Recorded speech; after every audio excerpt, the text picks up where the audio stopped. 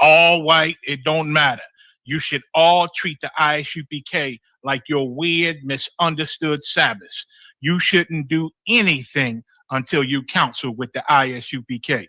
We'll tell you when and what to eat. We'll tell you who to marry. We'll tell you who to have sex with and how. We'll tell you how to resolve conflicts with your wives.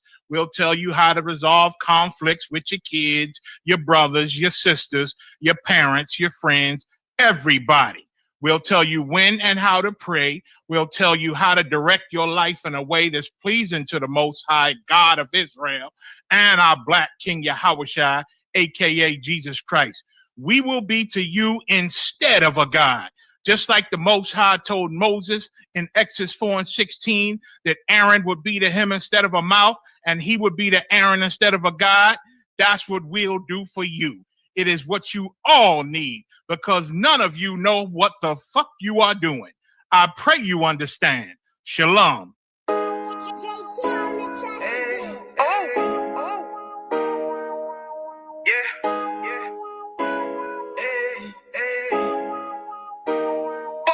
You boy, you know what time it is, nigga. Better watch how you step in, yeah. But that was my niggas, yeah.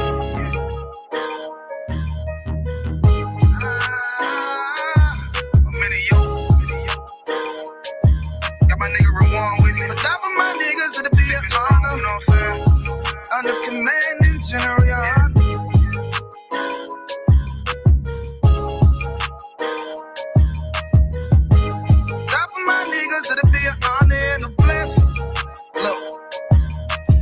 Straight off the top, I love all of my niggas. That shit ain't gon' stop till we on top and we ballin', my nigga. We be fly as fuck, you know them bitches be stalking my niggas. That shit'll never change and it's the same with all my niggas. City to city, I should be at home. That's what my ribs say. But bitch, I'm grown. I'm in these streets and closed caption. Niggas know we bout that action. If a nigga play with me, then my Hakim gon' let him have it. Hey, think you the shit, this truth the shit. Nigga play, I let that Ruger hit. Get on them tracks, they be like, who is this? I'm rude with it. Ain't got no manners. All them pussy niggas talking shit. Y'all know they can't stand us, but we UPK Louisiana, bitch, that's what I'm reppin'. And my niggas solid number, real ones in my section. If you wanna get down, put your boots on, start stepping. Brotherhood is a weapon. Brotherhood is a weapon. Better watch how you steppin', cause brotherhood is a weapon. If I die for my niggas, it'll be an honor and a blessing. Better watch how you steppin', cause brotherhood is a weapon. Brotherhood is a weapon. Better watch how you steppin', cause brotherhood is a weapon. If I die for my niggas, it'll be an honor and a blessing. Better watch how you steppin', cause brotherhood I lay my life down right now for all my sisters and brothers because I love them. I see them dapping and hug them. It's amazing to see how well we adapt from the struggle. Born again from a life of sin, trapped in the gutter. My mind frame was to kill my own kind. Feeling inferior, waking up ready to die. Run with them killers, so it's just a matter of time. For I take your life or let you take mine. That's when I realized the slaves killing slaves while the white man live to get old. We in them graves, shit got me feeling played. I opened the Bible, went through them records, found out we was royalty, a nation to be respected. But in this world we rejected, we hated for our complexion. Still fighting to get accepted. We hear the truth and reject it, but love is getting corrected. And all my niggas correct me. The commandments, the foundation we erected. Brotherhood is a weapon. Brotherhood is a weapon. Better watch how you steppin', cause brotherhood is a weapon. If I die for my niggas, it'll be an honor and a blessing. Better watch how you steppin', cause brotherhood is a weapon. Brotherhood is a weapon. Better watch how you steppin', cause brotherhood is a weapon. If I die for my niggas, it'll be an honor and a blessing. Better watch how you steppin', cause brotherhood is a weapon. Hey, hey.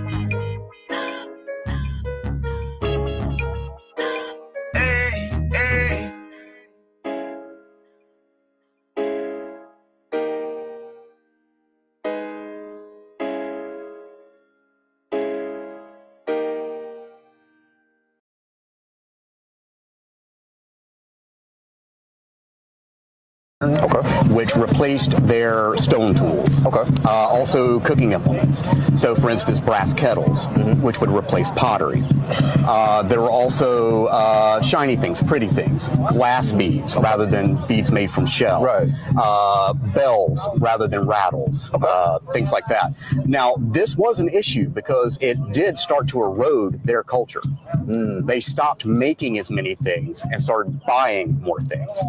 So it was a really complicated thing for them. Right. They started losing touch with some of their history and their culture as a result. Right. In fact, at one point, land was being traded away in order to pay debts. Okay. And during the 18th century, for instance, the Creek Nation had run up huge amounts of debt. You're talking about hundreds of thousands of British pounds as kind of a national debt for the Muskogee Creek. And excuse me, not to cut you off, but do you think that the British honored these deals and contracts? Not very fairly? well. Not very well. The contracts and the treaties were constantly changing. The natives frequently had grievances with traders and other things. Correct. A good example is during the French Indian War. Okay. The Cherokee were recruited to fight for the British against the French. They were promised things. They were promised guns. They were promised trade goods that would be given to them in exchange for their loyalty and to go fight on their behalf. Did they ever get it? They didn't get as much as they were told they were going to get. Now, some of this could have been miscommunication. They may not have been clear about where and who was supposed to deliver these goods. There may not have been a schedule. Either way, they did not get what they were told they were going to get. And that led to what was called the Anglo-Cherokee War, where they fought each other. So do you think that throughout this whole process and this level of distrust between the British and the Native Indians kind of stripped them from their heritage in a way because they're so focused on trying to integrate what the British had to offer into what they had to offer? Do you think that some of it was forced? There were certainly some issues of cheating and force, no doubt. There was an Indian slave trade, for instance. Now, that was not as prevalent in the 18th century that I represent, but prior to that, in the 17th century, it was especially common up north. What would happen is they would go and give guns, gunpowder, bullets, things like that. Say, okay, here you go. You owe us a lot of money for these things. Go and get us slaves. Okay. Now, typically what would happen then is they'd go out and raid other villages, other tribes for slaves. They would then bring them back to pay that debt. They would typically then be shipped off to the Sugar Islands, where they would have been forced to work there. So there's definitely an element of force there for sure. It also caused a bit of a refugee crisis. So this was happening up north. The net result was that people would run from this, run from these slave raids, and they came south.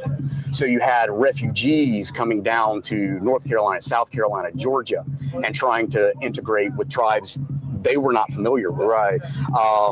There was a fair amount of integration. There was also some that would just kind of took some land that was not being occupied and lived there. And I heard you mention the Bible. Do you think did you mention that the British brought the Bible, their translation of the Bible, to the Native Indians?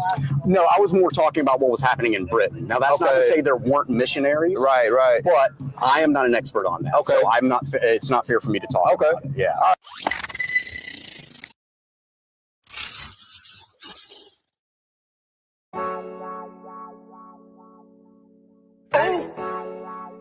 I don't give a love a fuck about what them bitches gotta say. I'm a woman where's a nigga till they put me in the grave. I don't give a love a fuck about what them niggas gotta say. I'm a woman where's a nigga till they put me in the grave.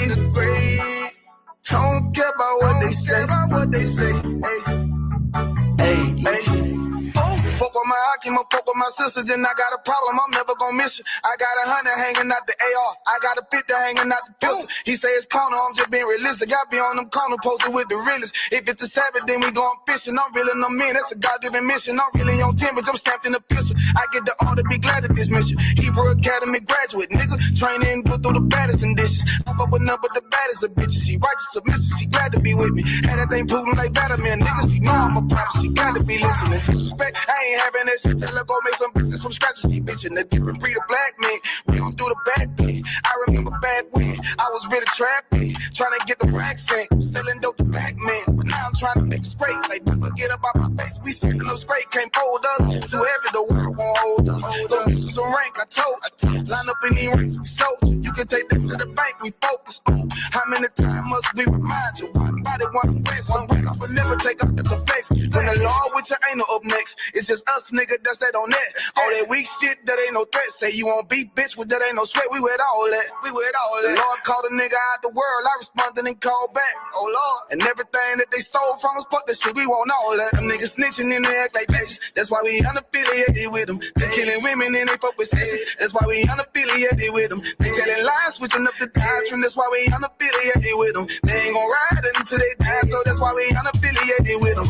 Come on the command and general, your hunter, we unaffiliated with them. Like they tongue and they say they keep that shit 100, we unaffiliated with them. They telling lies, switching up the doctrine. That's why we unaffiliated with them. They ain't gon' ride until they die, so that's why we unaffiliated with them. That's why we unaffiliated with them. I cannot fuck around with fake niggas. We taking ground when we in your city. You better hide the women, hide the liquor. Keep that bitch on me, please don't but the same. Don't be a fool and be another victim. Say you a goon, you just another Christian. How you my brother, you ain't in it with me. We in the gutter, deep down in the trenches. We with them niggas locked up in the prison. Fucking Hispanic, Native American, Indian. We ain't just talking shit, but we living in it. We be everywhere, you can't miss it. And we be fresh as hell, take a picture. And we special now with the scriptures. Play, we gon' script them, yeah, we some killers. These niggas tripping, they mind blown. Rap in it, forgive me if I'm wrong. I don't think they pause when niggas say that they be looking for niggas to slide on the slide that I know about this when I assemble the Glock with the slide for real. I get the order, you know that it's slaughter. See me and my niggas gon' die for real. The bigger the better for kingdom of heaven. You niggas get wet up by me cause I'm fed up. I rep UPK.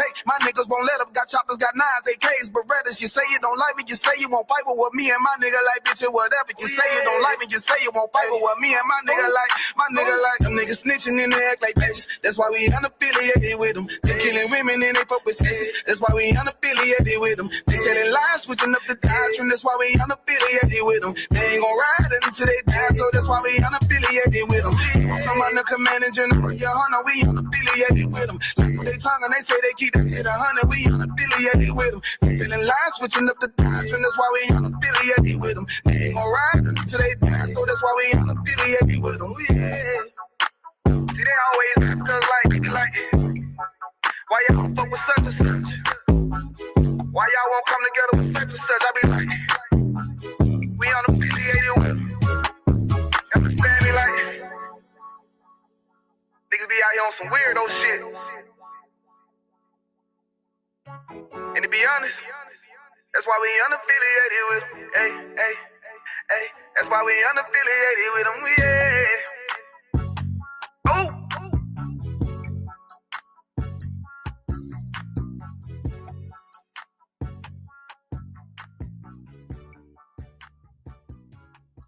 Okay, I'm Ricard Karad with the Israelite School of Universal Practical Knowledge, and I'm here with Tina. Okay, Tina, and you said that what tribe are you from? Turtle Mountain, Chippewa. Okay, all right. And then with your tribe, do you what you've been with that tribe? What does when you come out to these events? What does these events mean to you? And how do you keep the culture of these events? So it's for me, it's very. It reminds me of home because I'm from North Dakota, so it definitely brings back home. It's very spiritual. I love that we can be able to spread, let people know about our culture and actually teach them really about our culture, because a lot of things out there that people hear, but they don't really know. So coming to these, we got to be able to teach everybody. Okay, and then the last question, with the Europeans taking over the land of the Native Americans, how do you find that? Is it difficult for you to keep the culture, and how do you keep the culture of your people, your ancestors? So we've been down a very, very long road with that. Not going to go into all that. No problem. But what I will say is that, yes, coming from not being able to speak our language, being told not to, and, being taken away and being put on a reservation, and it's a lot of things. But we, as Native Americans, especially on the reservation, we try to keep our culture. going to school, we have American history, but we have Native American history that we have to learn. We cannot graduate without that because we have to install our culture. We have our, I was just speaking to a lady over there. They have to actually learn their language before they can graduate. Unfortunately, mine didn't. But it's we definitely keep our culture and we try to teach it. So it's That's amazing. That's amazing. We're not gonna let that. They took us down one time, but we're definitely not gonna let it happen. We want to make sure we spread it and teach our younger ones. Okay, well that was it. Thank you so much. It's Israelite School Universal Practical Knowledge. Shalom.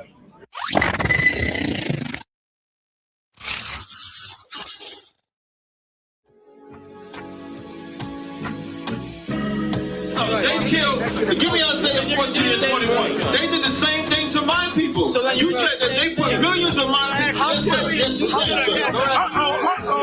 Should a murderer go to jail for murdering? Absolutely. Should a thief go to jail when he steals? Absolutely. Should a robber pay back the money he robbed? Absolutely. So why shouldn't the white man pay for what he did? That's right. One day you'll see just how it feels. Payback is a dog. It's a dog. Payback is a dog. It's a dog. Payback is a dog. It's a dog. Payback is a dog. It's a dog. I'm in a hell of a hole. Was never expected to grow. Just obstacles set in the road. That a result of me selling my soul. The story I'm telling is cold, but yet it's what everyone knows. The white man's the devil is known. America was never a home. Only a place of captivity, safe facility, hating, disfigure me. They claim that I'm lazy, be killing me. Maybe the slavery draining my energy. 400 years and counting. The trail of my tears is countless. The fact that I'm here is astounding, but I can't wait till this shit is surrounded. Ready to tangle my king and the angel, be ready to rap. Crack in the sky, nuclear missiles will make it official. I'm capturing every cracker surviving. Put them all in chains where they need to be. Slavery for me. And let the whole world see the rhythm in the cages, safer in the streets. Put the dog on a leash. Get resolved for the beast. 144, get the ruler show, we could all be at peace. As soon as the trumpets are sound, your kingdom we busting it down. The only way justice is found, the time for your judgment is now. You'll see just how it feels. Payback is a dog. It's a dog. Payback is a dog. It's a dog. Payback is a dog. It's a dog. Payback is a dog. It's a dog. Look, ain't no remorse in my blood cell. It won't be no compromise. Now it's time to feed the worms. Watch his body turn to flies. I clutch iron while you trust the lies. The next Glock I back gon' be Gen 5. I get it customized. And sending shots off like farewell. Praying payback come back around like a carousel. Still remember your Honda's words ringing in my head like bells. Said you in his body, you fit the Lord, fuck the cartel. Triangle choke, apply pressure to the game like I did Vondale. Payback's a bitch in a dress, she a bombshell. Revenge is served cold, I just hope they make an oxtail. Glock fresh out the box, I swear it got that new car smell. Made myself a target in a world of mad shooters. There was designed fire for our babies to pass through. In the day of our king's reign, I'll be overzealous. They bought my jealous, I bought brand new parabellums. One day you'll see just how it feels. Payback is a dog. It's a dog. Payback is a dog. It's a dog. Payback is a dog. It's a dog. Payback is a dog. It's a dog.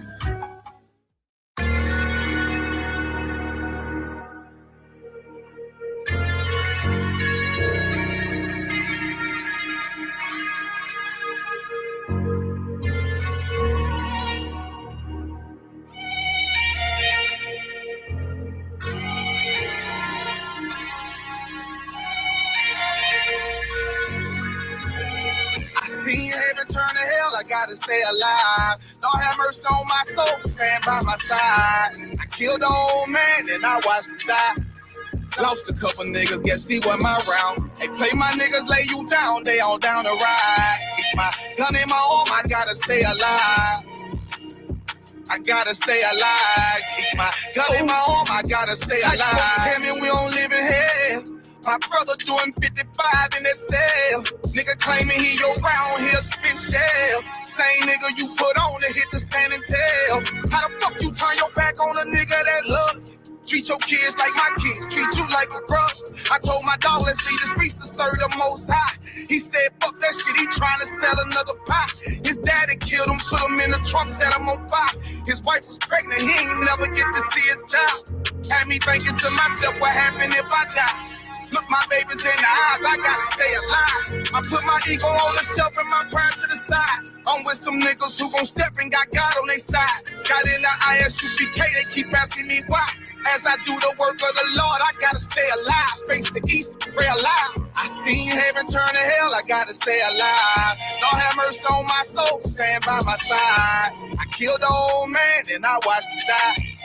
Lost a couple niggas, guess he wasn't my round. They play my niggas, lay you down, they all down to ride. Keep my gun in my arm, I gotta stay alive. I gotta stay alive. Keep my gun in my arm, I gotta stay alive. You ever pump a pack with a snake by your side? Yes, I see a man reach out to God before he died. Yes, I did. I know the Lord forgive us for these sins, but I'm starting to think the kingdom of heaven is for these kids. I told my daughter, there's one man in your bed, I won't stand for less. For my son, I hit your head on that fragile legs. I lost some niggas to that dope, I lost niggas to the feds. Remember Jono tried to stick me for that cheese on that bread, yeah, I was thugging with Lucky and that nigga left me for dead. Endured to the end cause I listened to what was said. Mother told me she loved me when she was sick up in the bed. I was running them streets but the truth made me a man. Shit I don't really speak cause she'll never understand. That's why I ain't even tell her about these voices in my head. I'm still trying to manage my anger like Uncle Craig. I seen heaven turn to hell, I gotta stay alive. Lord have mercy on my soul, stand by my side. I killed the old man and I watched him die.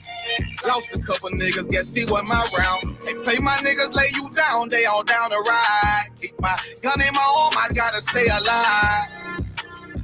I gotta stay alive. Keep my gun in my arm, I gotta stay alive.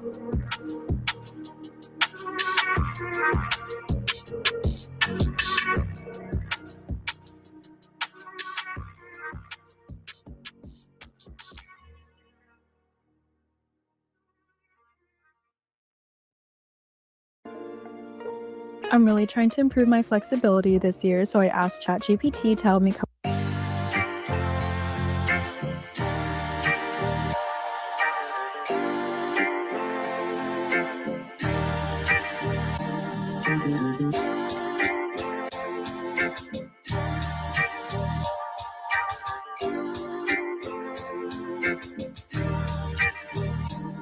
They said free the Palestinians, then celebrate the death of Native Indians. How these other races gon' take us serious? They don't. It's silly thinking you can fight oppression with a vote. I'm so woke, I got sleep deprivation. Belly of the beast giving birth to a nation. You know how I feel to have culture and they take it. It'll never be peace, tell them free the reservation. Till it's backwards, they don't know that they exist no more. Ever try reaching out for help and you just get ignored? Pick up vices like drugs, your child fill a void. They get a youth life sentence for a killing, he was just a boy. Niggas poor, what we living for? Life a gamble, it's like 10 or 4. Police hands around your neck, they just hit record. We in war, man, this ain't the norm. But you don't know how I feel to be black. Yeah, you don't know how I feel to be black. Yeah, you don't know how I feel to be black. Yeah, you don't know how I feel to be black. Yeah, you don't know. Mama on the stage crying. She just lost her only son to gang violence. Pops level 4-yard talking through the vents. Have you ever tried to hug your loved ones through a fence? Have you ever been hated just because your skin? Have you ever worked all week and couldn't pay your rent? Life a trip to try and catch my balance. Every step feel like I'm walking backwards. Credit card, but gotta check the balance. I come from where it's rough, that's why my heart callous. They want you to fall weak, that's a war tactic. Look how we live, what's scary than that? What you know about crossing the Darien Gap? Risk of life to live in hell or bury your kids. Either way, we gotta suffer and they just get rich. Life a bitch, why I waste time telling you that? Cause if you ain't a nigga like me, you don't know how it feel to be black. Yeah, you don't know how it feel to be black. Yeah, you don't know how it feel to be black. Yeah, you don't know how it feel to be black. Yeah, you don't know.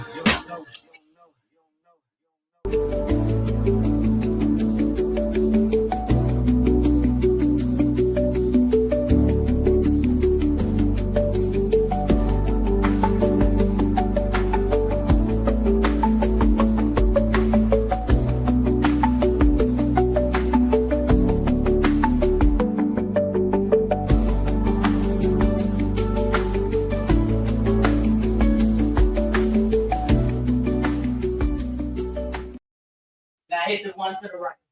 Yep.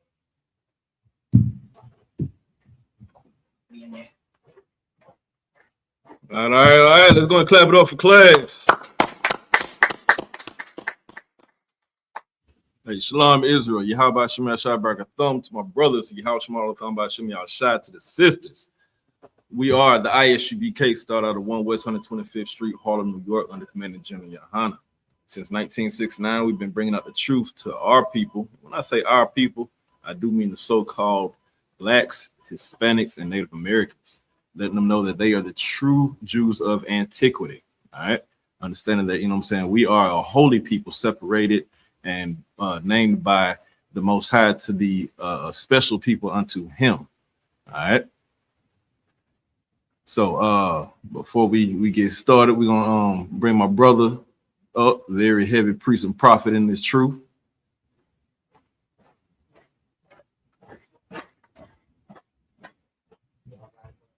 Give me 1 second here. Bear with us, Baba Kasha.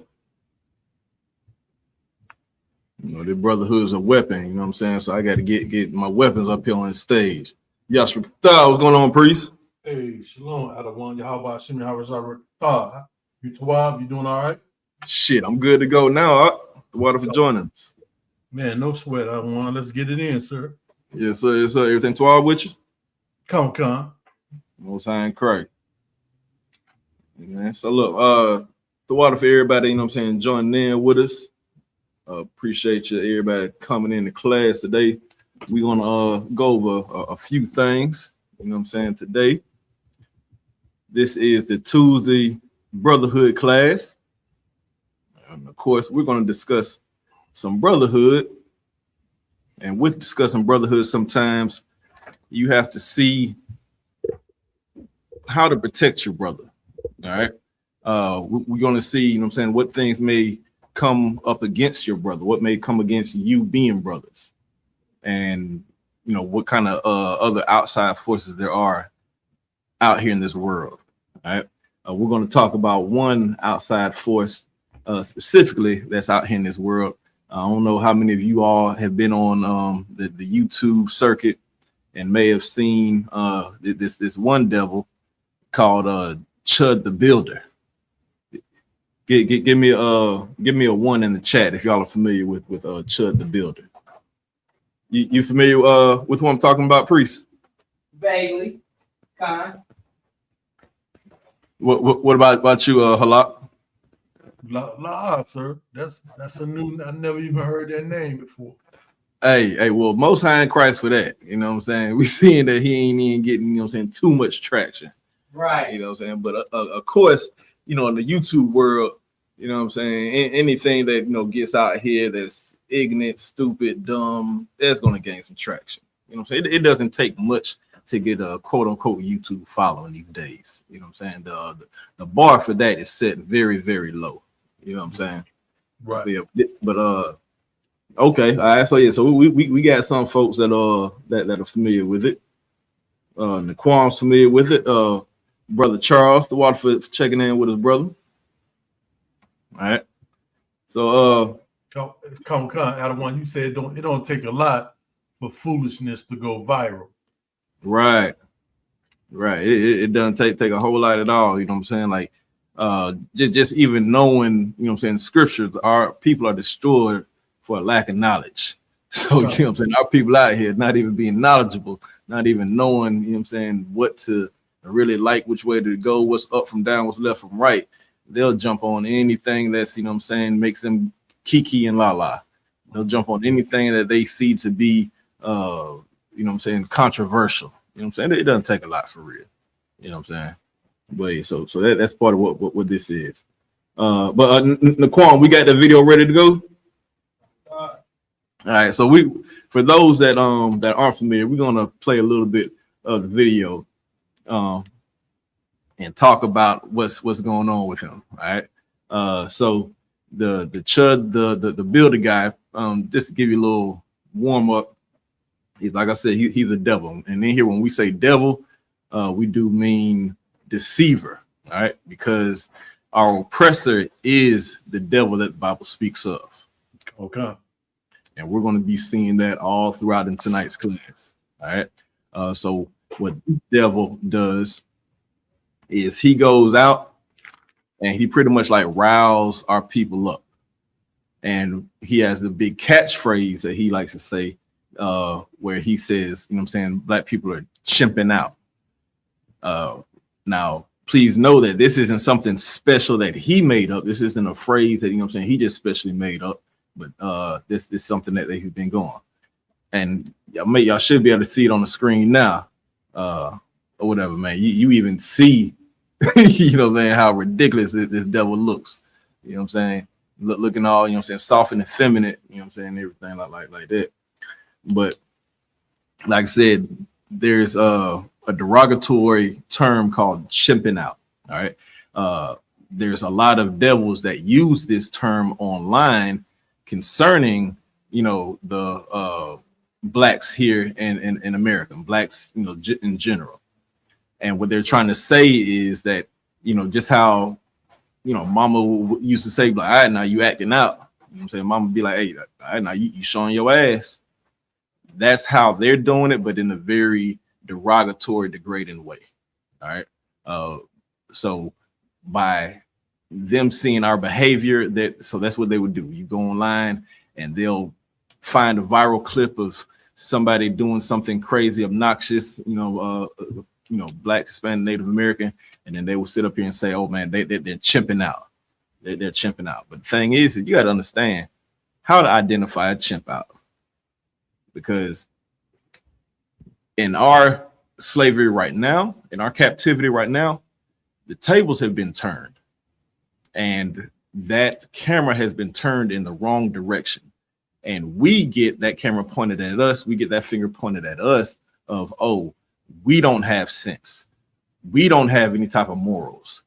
We don't know what to do, what's wrong. We're not an intelligent people.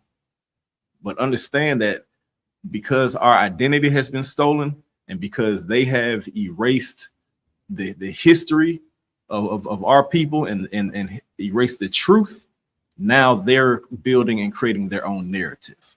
So this is just another way how they're projecting and putting out their own narrative of looking at us saying that, hey, y'all are chimping out. Because of course, that chimp thing is being derogatory, referring to us as monkeys. All right. Like we're not even human. And we've seen that time and time again in the past where they would not even refer to us as being human. All right. But in the ISUPK, we know the truth. We know that the oppressor is the most subtle beast of the field. Right. They are not human. All right. We are human. They are not. We have remorse. We have empathy. Beasts do not. And that is who they are. And with that, that's why I even wore this shirt today. Let me see, lean this way. So shout out to Priest and Officer Nakashwan. You know what I'm saying? Y'all may not even be able to see this all the way, but this shirt says devolution. All right. because understand that it's the play on the words evolution. So you would see that it starts off right here, that little caveman walking, dragging his knuckles. And then, you know what I'm saying, it starts to slowly devolutionize, you know what I'm saying, and starts walking upright, goes to having like a little walking stick to a briefcase. And then now what the ISUBK has done under Commander Junior Hunter is now brought this truth back into this world. So after this briefcase now, he starts bowing down. Because over here now you see the priests and the prophets of the ISUBK set up at camp. And what we have in ISUBK is called the boot kiss. It's when we sit up here and bring out these scriptures, we bring out the truth, we bring out history, and let these devils know about their atrocities. Like who's that? Hey, Yashrik one. Hey, Simone. Hey, Shalom, what's going on with y'all? Hey, not much, sir. Water for joining us. All right. So now we see the devolution starting to now get down on his knees and bow to kiss the boot of the priests and prophets of the Most High, because they understand, you know what I'm saying, the atrocities that they have done to our people throughout the years. They understand who the true Jews are of the Bible, who the true children of the Bible are. So then they start getting down. All right. So we are not beast. That's how they started off. That's how we are now returning them to their rightful place, is at our feet. All right. And that is only going down here in the ISUBK under Commander Junior Hunter. All right. So like I said, so that's that whole chimping out thing. And big thwata to Priest and Officer 1000 Ricard Karab is joining us, the Spirit of the Sword, because this was the whole motivation for this class. We were speaking about this, you know what I'm saying, the other night. And as a matter of fact, before we go get too far into that, go ahead. You got the video ready, Naquan? Yeah, go ahead and play that.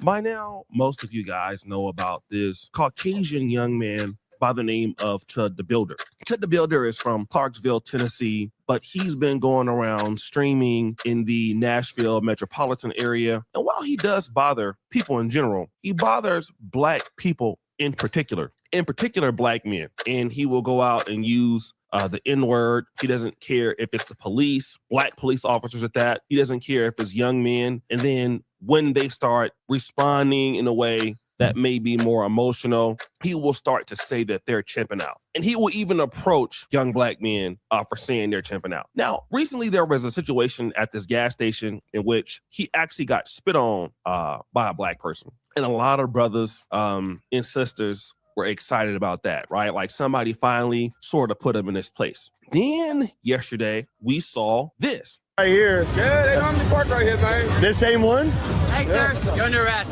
What did I do? Okay. Can you lock it? So when I got this clip, I thought it was interesting because Chud the Builder has finally been arrested for messing with Black people, right? You seem kind of upset. No, you guys filming now? Yeah. We can leave. Hey, calm down. Why don't you go shit in the street? Why don't you go poop in the street? Hey man, don't get aggressive with me. We'll get up and leave. Thanks for the free food. Hey, Bob's Steakhouse. Don't take care of it. Oh no, we're not paying. You're not paying? I go get the food. Y'all are kicking me out, or are we staying? No, you're paying. Oh, you think? For what you got, yeah. Buddy, I didn't get to enjoy my meal. You're kicking me out. I'm not paying.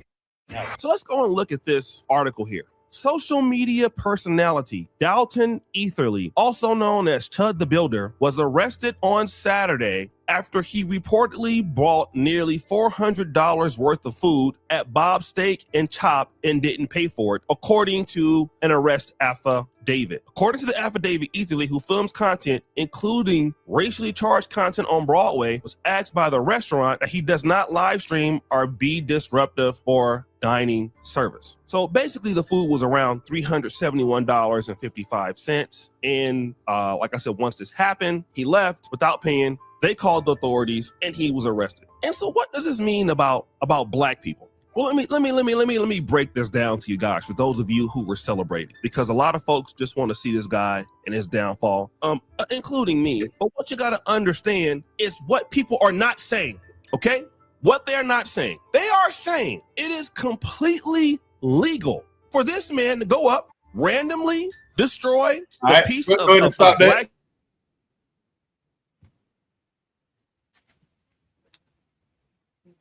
All right, so that's a little glimpse of who this devil is. You know what I'm saying? And this is just, you know what I'm saying, the Lord, because we see that now he's been arrested because he's doing what? Chimping out. You know what I'm saying? So it's easy to identify a chimp out.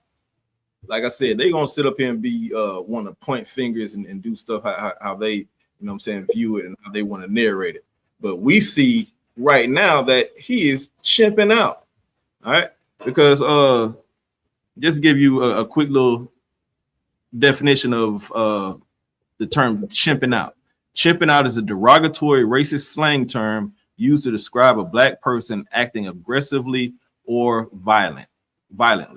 All right, it is dehumanizing expression that equates black people with monkeys or apes, rooted in historical racist stereotypes used to justify racial discrimination and the denial of human rights. All right. So what he even does isn't even talking about black people being aggressive or violent.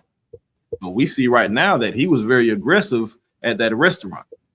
We see that he was being very aggressive with that restaurant owner. Right. All right.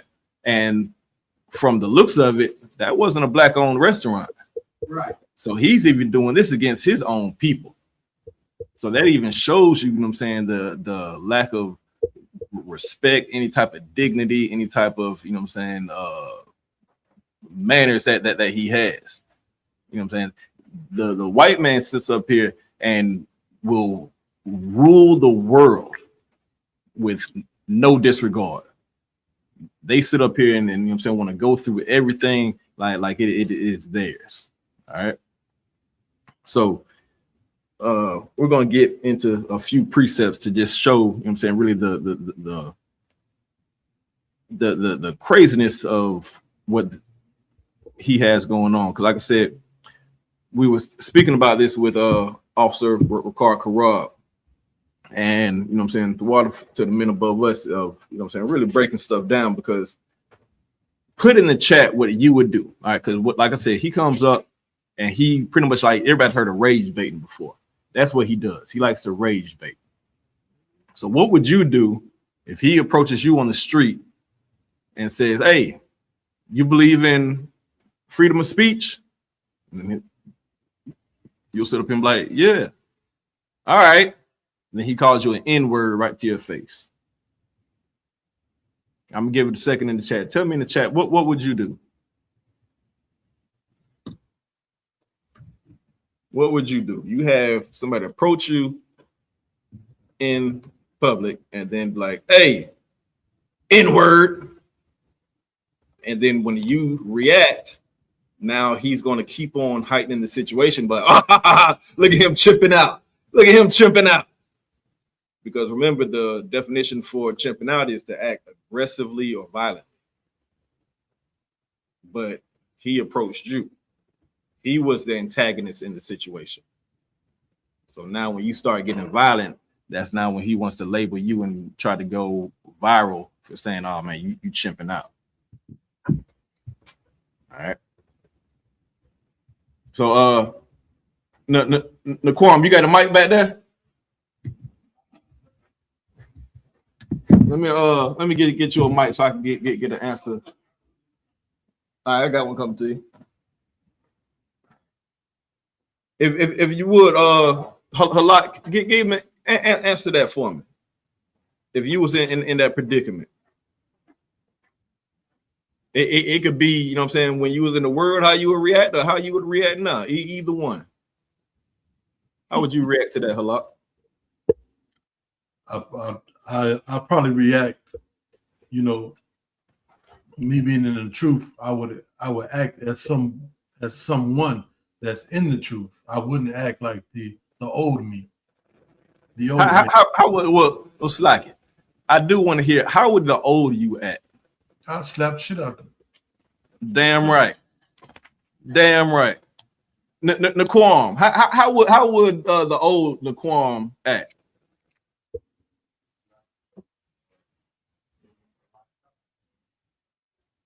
You said white chalk out there? Naquam, it would have been an outline. You know what I'm saying? Hey, and let's see. And then Brother Charles says my response would be, "Is that the best you've got?"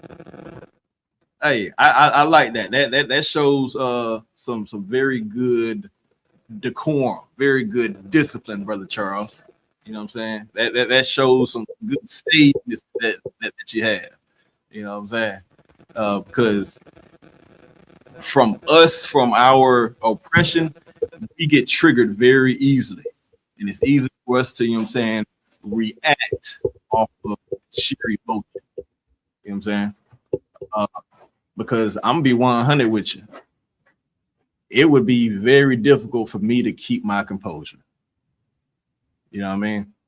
But like I said, throw it to the men above us, because Officer Ricard Karab said something that I really, you know what I'm saying, resonated in me, because there was something I learned a while ago from my uncle. You know what I'm saying? My dad and, you know what I'm saying, them is from Walterboro, South Carolina. So, you know what I'm saying, used to riding out there in the country. So we'll be riding out in the country and, you know, going down these little country roads, we'll see these big Confederate flags in the front yards. You know what I'm saying? We'll see the Confederate flags in the back of the truck, on the bumper plates, all over. You know what I mean? And I remember, you know what I'm saying, being a young kid and being aggravated and angered by this. And then my uncle said something very smart and very similar to what Officer Ricard Karab said the other night. And my uncle said, "Nah, I'm glad they fly those flags, because now I know who they are."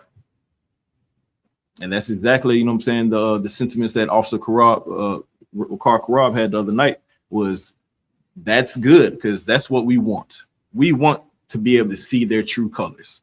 Because like I said, in our oppression, in our society now, we're under this illusion that everything is hunky-dory. We're under this illusion that now, oh, America is united. We're all together. But understand that is definitely not the case. All this has just been swept under the rug, and you have put lipstick on a pig. The same dirty, disgusting, racist America that was going on 50 years ago, 100 years ago, 200 years ago is still going on today. The only difference is that they put lipstick on that pig. So when you have these guys like Chud the Builder, you have guys, you know what I'm saying, like to fly that Confederate flag, appreciate that. Appreciate that pig without that lipstick, because you know exactly who they are.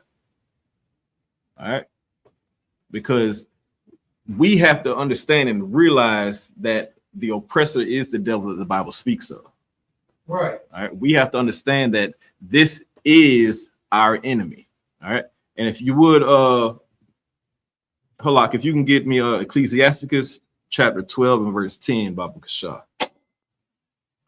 Because, you know what I'm saying, we're sitting up here getting so used to now being able to be like, oh man, yeah, they're okay. You know what I'm saying? Things have changed. We're in a better place. Things are good now.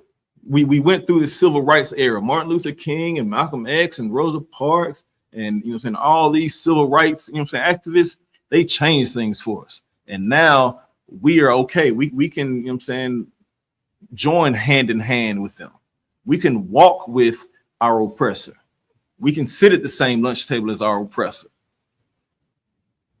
But this is the very dangerous thing that we do. All right. Go ahead and read that when you got it, Halak.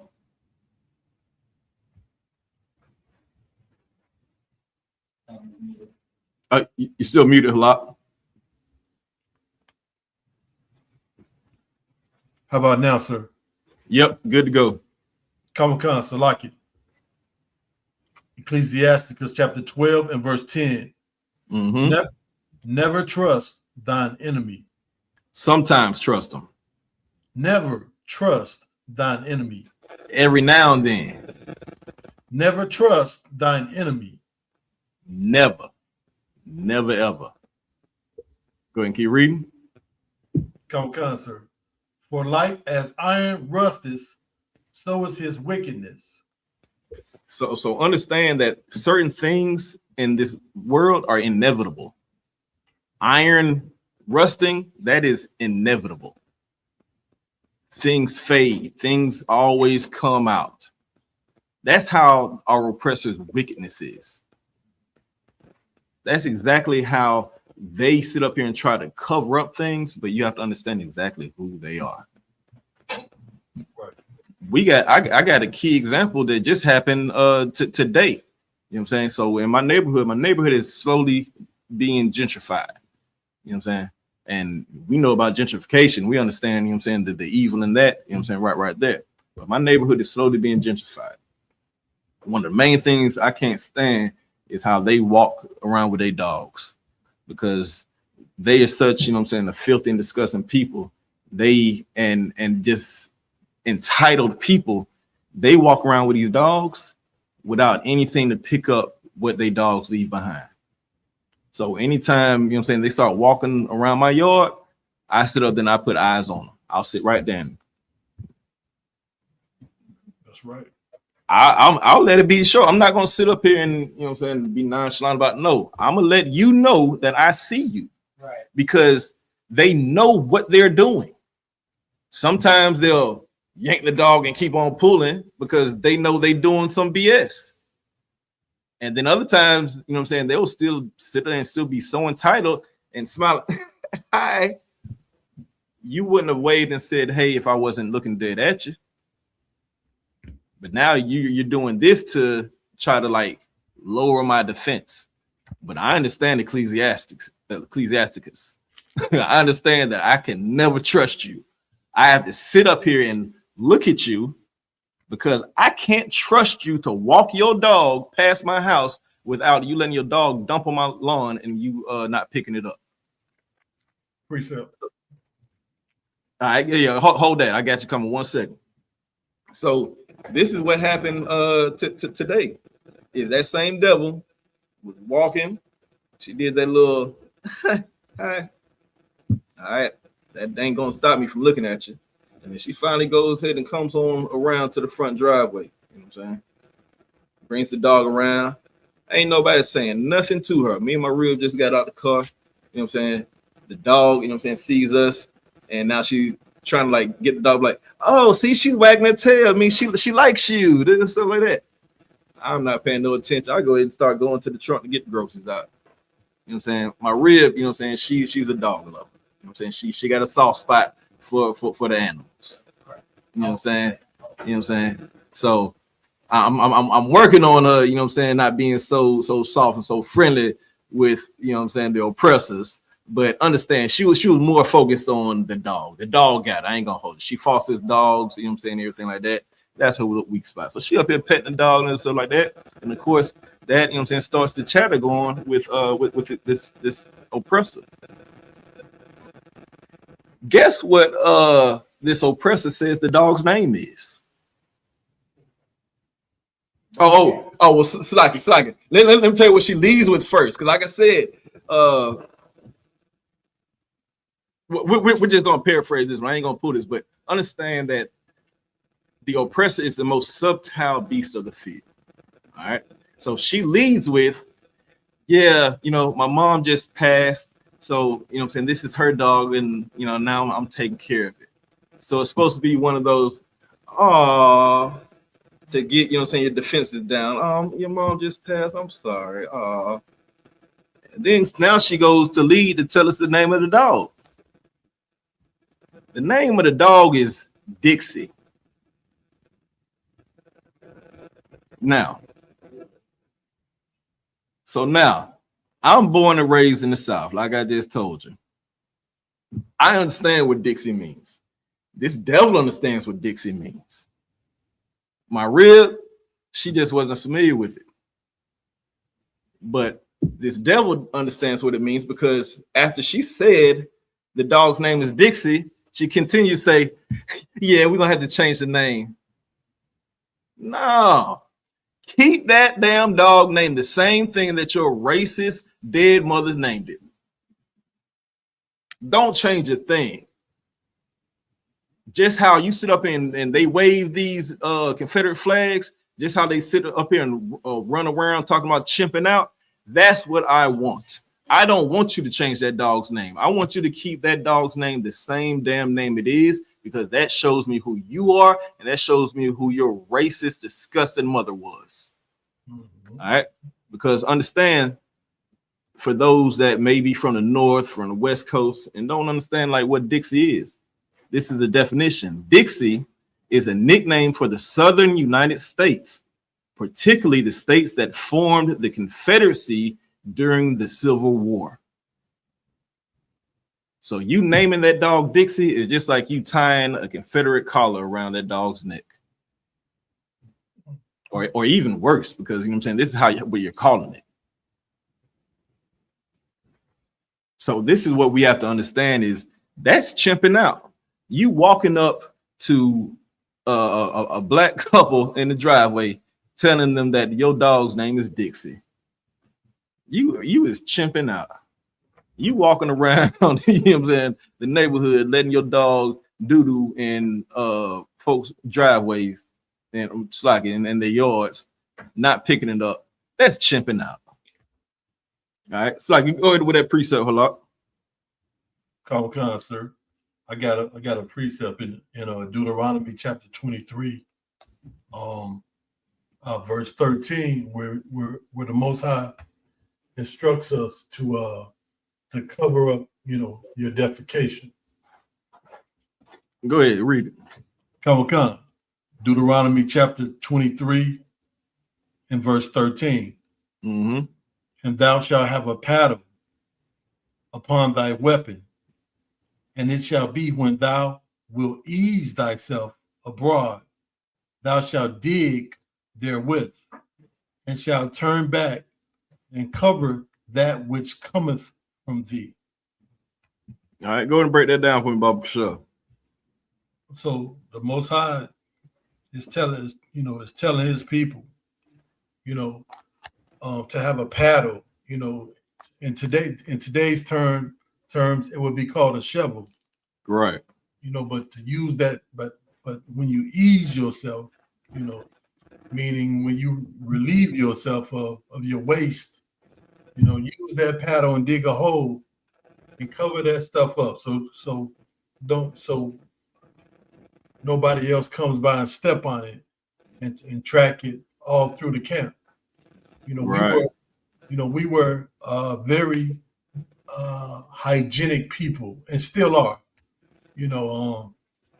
but unlike these other nations, they don't have any laws,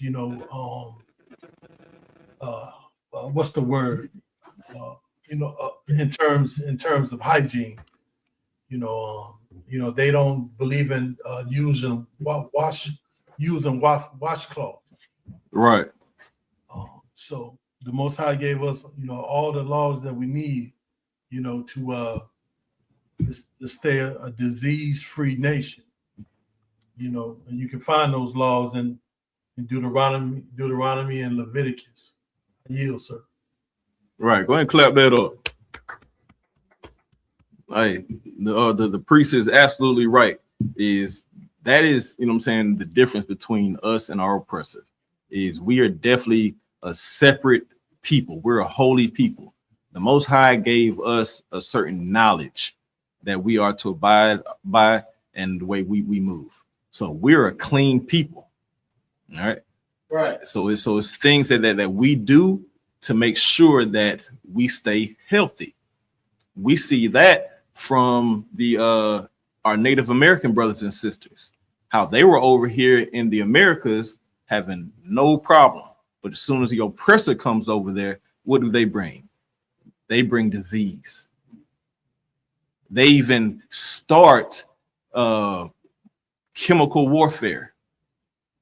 They start the most dreadful type of warfare because they give blankets infected with smallpox to them as gifts, being very wicked. Right. They don't have that hygiene. Even when you look over there in England, that's one big thing that you will see in England is these dirty, rotten teeth, because they don't know how to brush their teeth properly. Just like the priest brought out, you know what I'm saying? You see that all on the internet.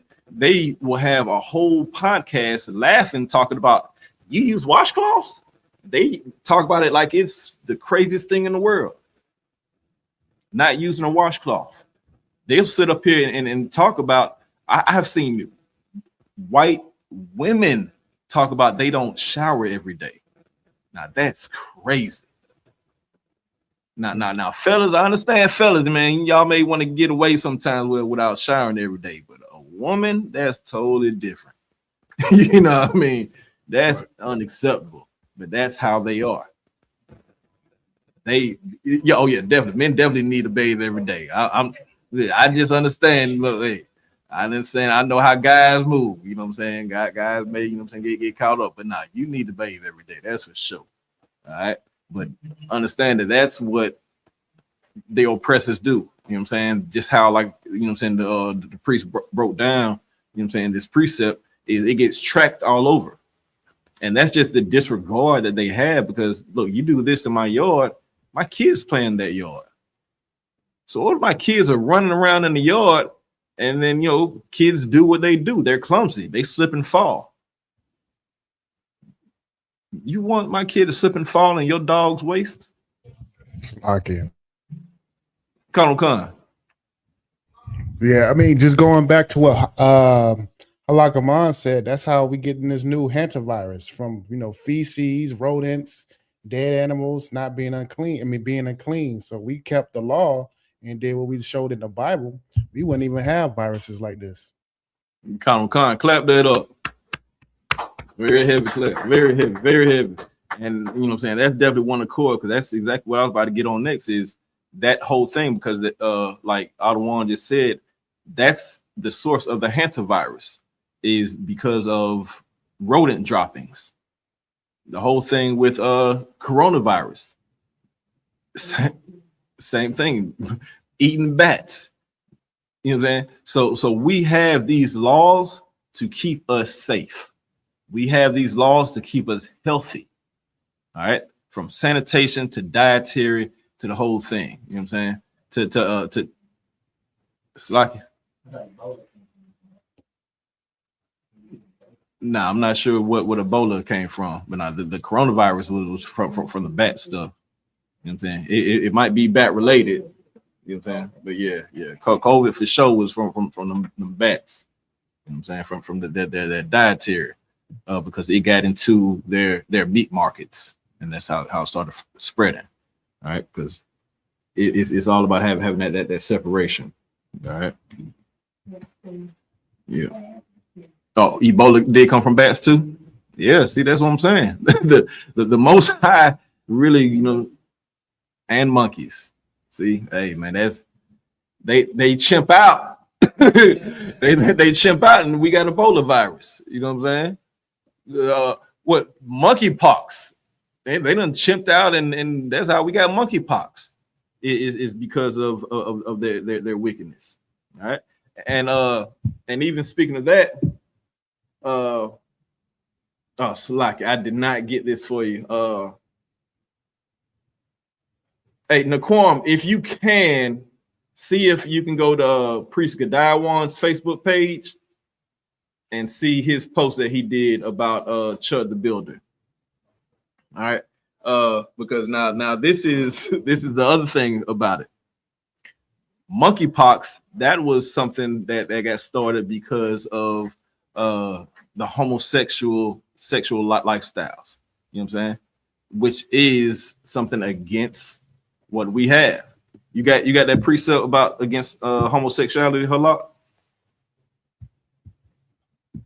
Come on, sir. All right, all right. So understand that there's things that we are not supposed to do as a people. There are things that the oppressor has went and done, and now we have adopted those ways. we went into doing what they do. And that is the exact opposite of how we're supposed to be. All right, because the Most High strictly told us to choose none of thy ways. Scripture says, matter of fact, let me pull this precept for you real quick while Halak's getting that one.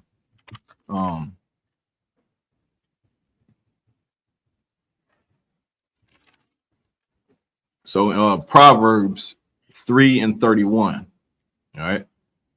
Proverbs 3:31 says, envy thou not the oppressor, and choose none of his ways. All right. Those ways is the way of life, how they do things. So we are not to choose any of their ways. They chose homosexuality. We are not to choose homosexuality, because when we do, you chimping out. They're chimping out. And that's why they get monkeypox, a straight chimp out. All right. So Chud the Builder, he did the exact same thing. All right. You got, go ahead and read that precept, Halak, if you got it. Come on, sir. Leviticus chapter 18 and verse 22. Thou shalt not lie with mankind as with womankind. Mm-hmm. It is an abomination. It's an abomination. So we have the law saying to not to. But what does Chud the Builder do? Chud the Builder goes and breaks this law. Well, I mean, the law wasn't given to him, so he doesn't break it. But this is showing you how we are given the law so we can keep ourselves safe. All right. But these beasts out here, these beasts don't know how to follow anything. They are wild. That's why, you know what I'm saying, the scriptures even talk to them, refer to them as being beast. All right. So this Chud the Builder, understand that he is a flaming homosexual. That's why he even has all of this tension and all this anger built up, is because he knows he is a closeted homosexual. He is inferior to Blacks, Hispanics, and Native Americans. And because of that, he needs to be hurt. He tries to go out there and hurt others because deep down inside, he wants to be hurt himself. He's a homosexual himself. So go ahead and play that for me, Halak. I mean, Salaki, Naquan. And we did what? Raw dog. A lot. Me, him, and my ex-wife. Oh, so I am a professional. Can you start it from the beginning? See if you back up a little bit. And now understand that and shout out to Officer, Priest and Officer Gadiwan for this clip.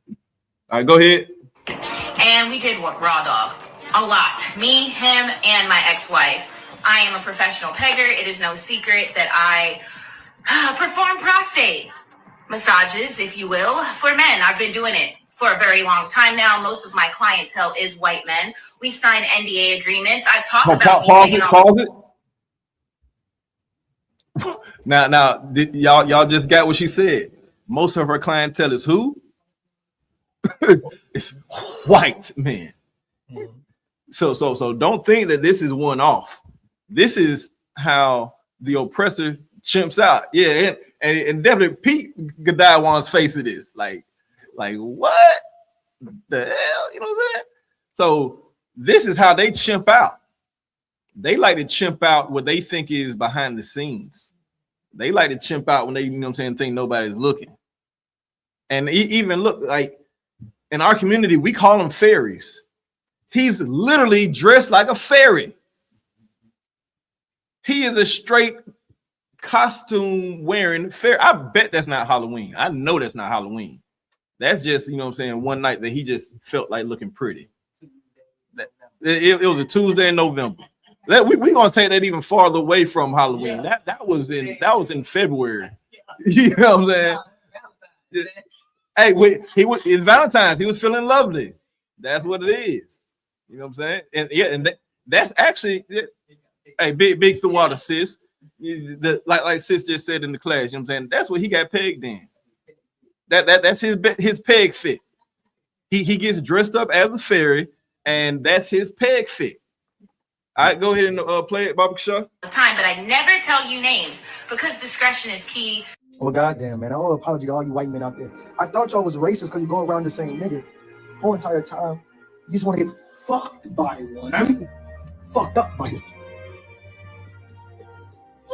Oh, man, this is why they do what they do. They want black people to get mad enough to harm them because they're addicted to pain. I know there is. Because ain't no way having a penis up your ass feel good. Listen, man, get help. Get help. Get help. And I been throughout the quad. Hey, and that music was perfect, man. Like, cause that's a very, very sad thing. But yes, like understand. Hold on, slack you 1 second.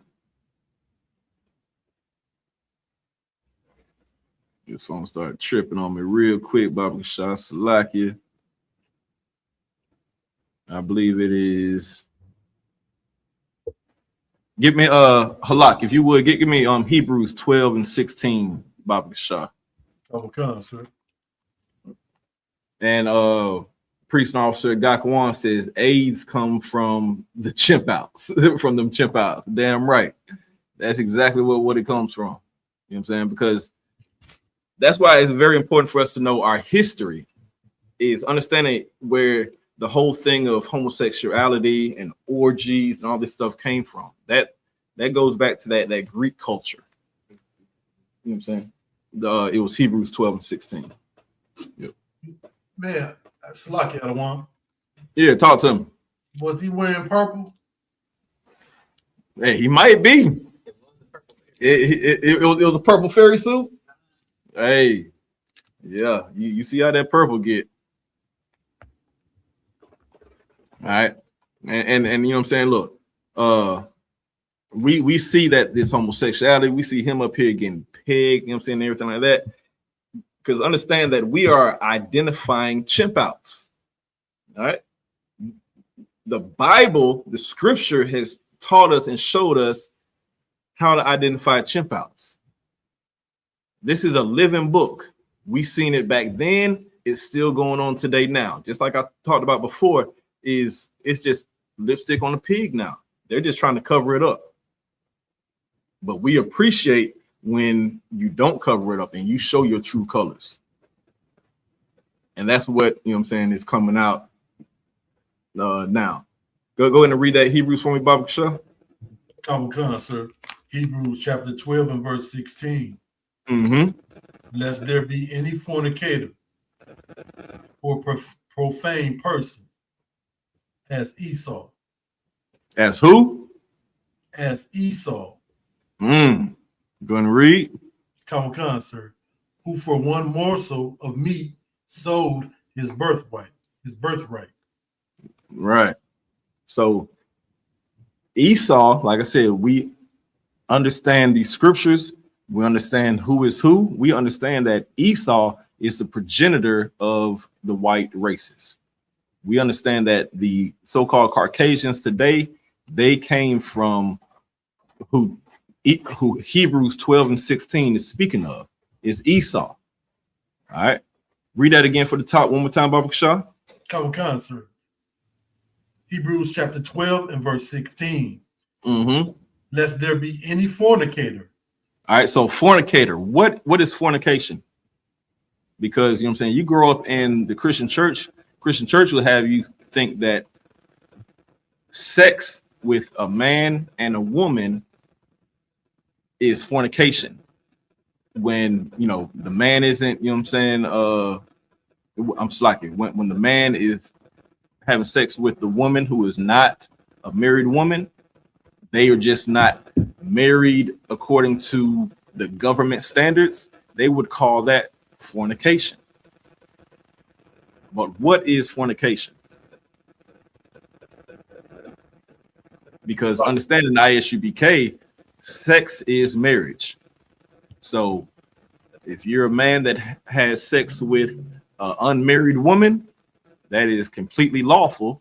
But understand that now, according to the Most High, you are married. All right. And in the water. I don't want to put unlawful sex. All right. Unlawful sex is it's like halak. You had something? Con. I was gonna say unlawful sexual activity. Right. So that unlawful sexual activity, that is fornication. So you have, according to scripture, certain sexual activities that included unlawful, such as adultery. If you sleep with another man's rib, that is unlawful. That would be considered fornication. Well, we just brought out before with Halakaman, just brought out lying down mankind with mankind. That is an abomination. All right, that is unlawful. That is fornication. All right, so read that Hebrews 12:15 from the top one more time, Baba Shah. Come. Lest there be any fornicator or profane person as Esau. As Esau. All right, so understand that Esau, the progenitor of them, this is how they started, and this is how they still are today. Things have not changed with them. And we see that because he's out here trying to get pegged. All right. Good night for that. So it's good to know exactly who you're dealing with. And the Lord is going to reveal these things. The Lord is going to have his vengeance. Understand that, you know what I'm saying? Sometimes we just sit back and, you know what I'm saying, we'll see the Lord get out here and do his things because, you know what I'm saying, we're not quote unquote sitting back in the ISUBK because we're out here doing the work of the Lord. All right. We're going to, you know what I'm saying, sit up here and push everything. Just how we're doing in class tonight. Just how we get out, you know what I'm saying, on the street corners. We do something and we wake up our people. So with us getting out here doing something, waking up our people, that's all we have to do because now the Lord is going to take care of what he needs to. The Lord is going to bring these things out. The priests and the prophets of the ISUPK is going to bring these things out that the Lord reveals. The Lord just revealed this oppressor being a flaming fairy and a priest and prophet of the ISUBK brought it out and showed, yep, we see that he likes to get with this transgender and like understand pegging alone is crazy work. That's a fornication. That's crazy work by itself. And then double down because it's from a transgender. So it's up here like good night. Like you, that's like, is there such thing as double gay? Salakia. Khan. Nah, it's not a transgender. That's just a woman with a strap on. She had two babies. She got 2 kids, bro. This is just a woman with a strap on. Okay, Salakia. I thought it said on the title something about transgender.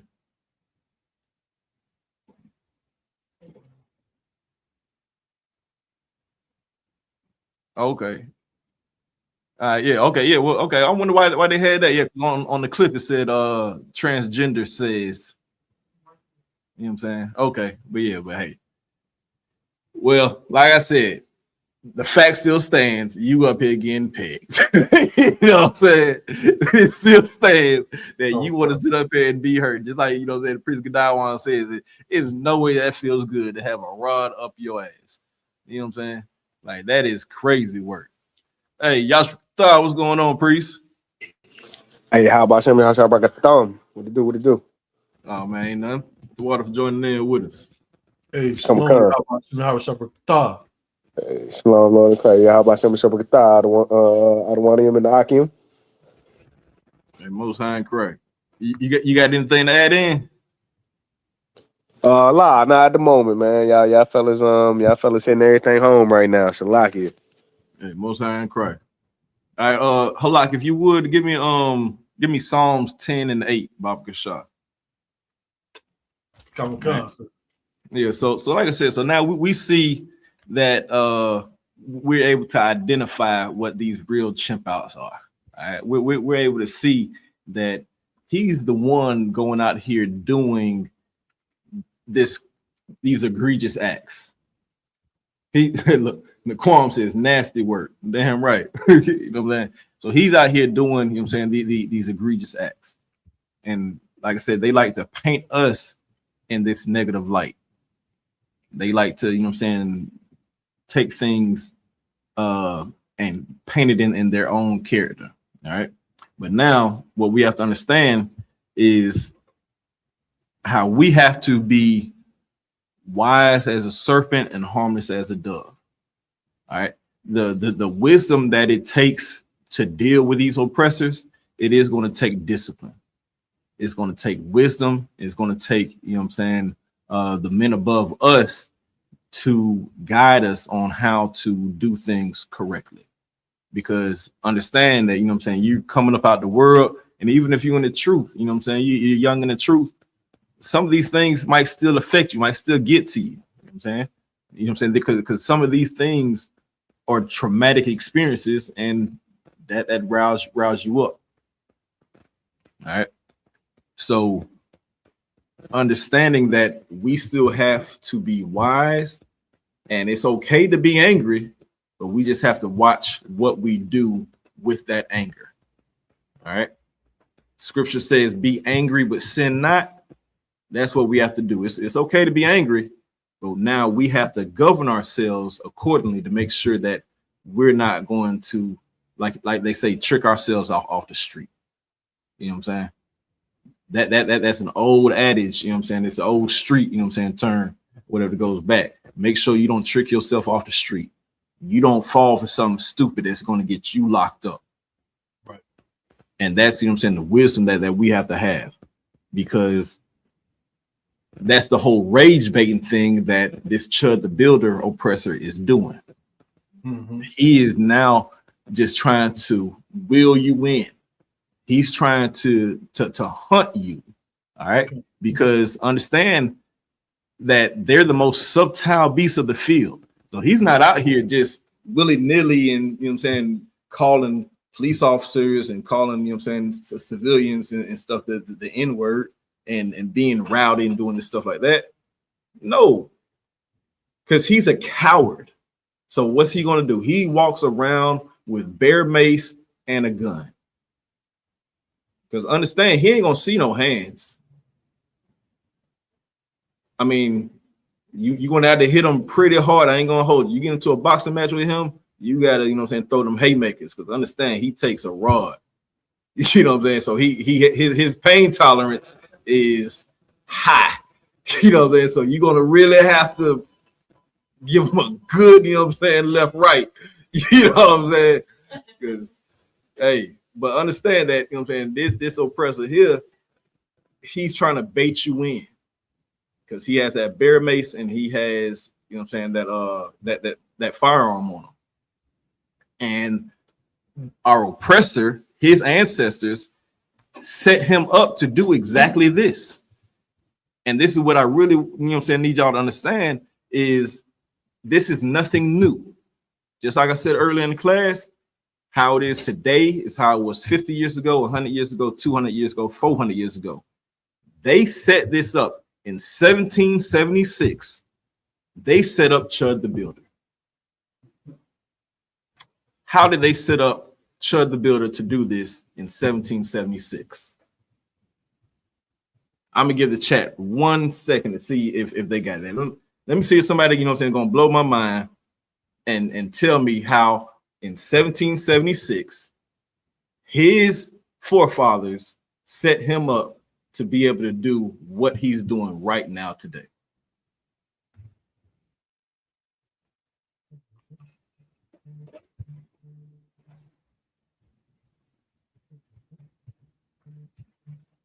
I'm gonna give y'all a second, then I'm gonna give y'all a quick hint. And then if we don't get it after the hint, then you know what I'm saying, I'm just gonna go ahead and give it to you.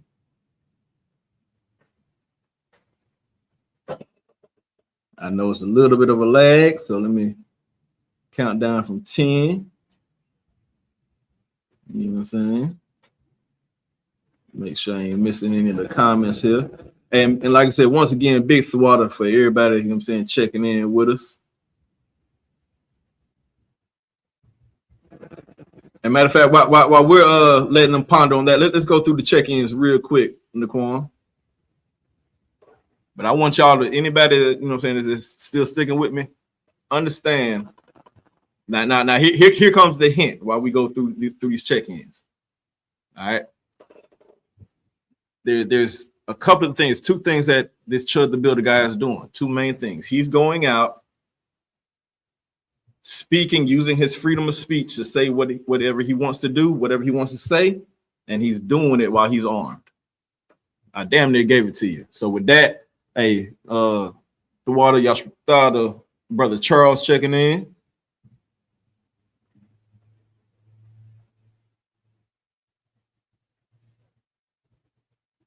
Hey, young man Denny. Hey, big Thwada for checking in. Keep on doing what you're doing. I see.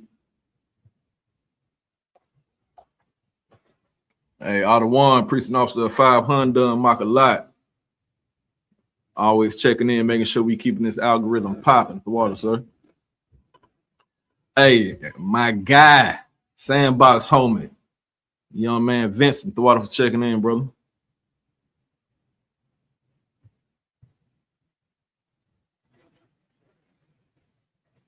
Sis, Cecilia, how small thing about shimmy outside, sis, the water.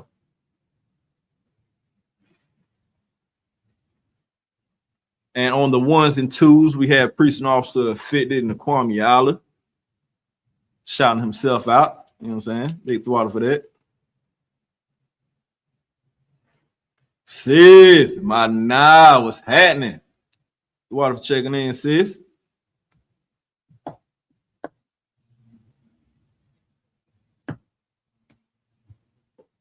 Sister Micaiah, the water for checking in, sis. Appreciate you. All the way from Hamp. Ahmad Kawan. Hey, man, hey, twin, I'm gonna hit you when I get up out of here, man. I definitely got something I need to holler at you about. I gotta get you to do something real quick. Checking in from the slave. That's what I'm talking about. Get that money. Another 500 done in the building. Oh no, it's like it's right eye. Thought I said Radas. Like it. Precinct officer 50 right eye checking in the water. All right, now I'm giving y'all time. I hope we got an answer coming now. There go that other 500 done. All right, we got Officer Marzar, the water, sir.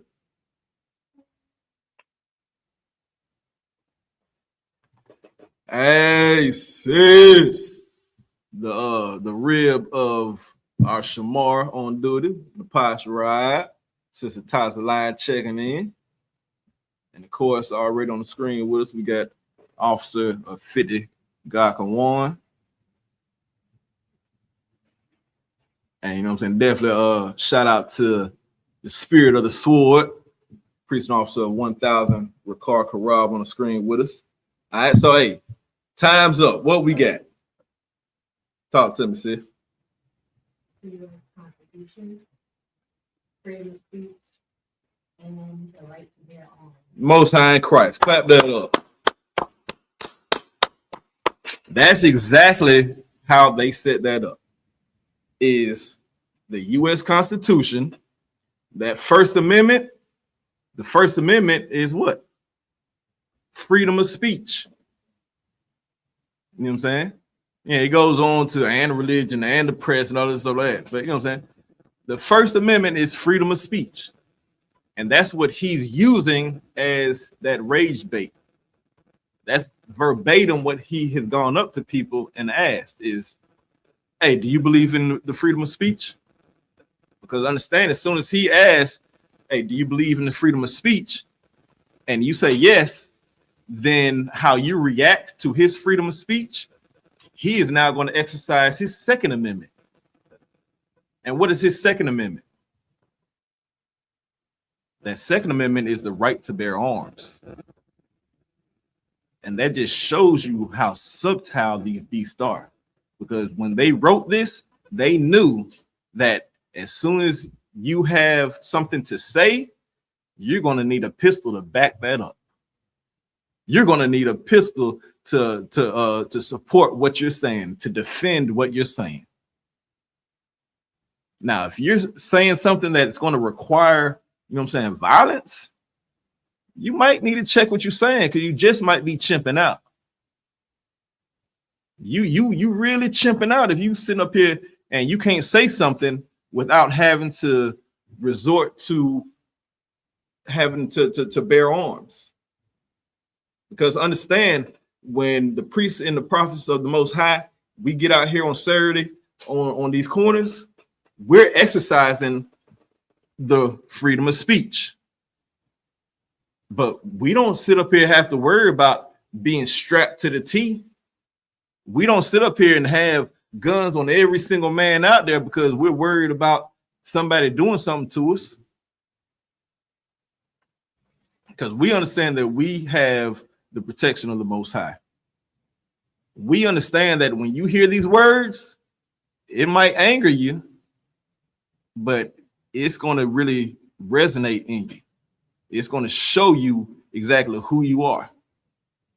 You're going to hear these words and you're going to end up, if you're an oppressor, you're going to hear these words and you're going to end up starting to get down on your knees. Oh, Slock, you got to go this way.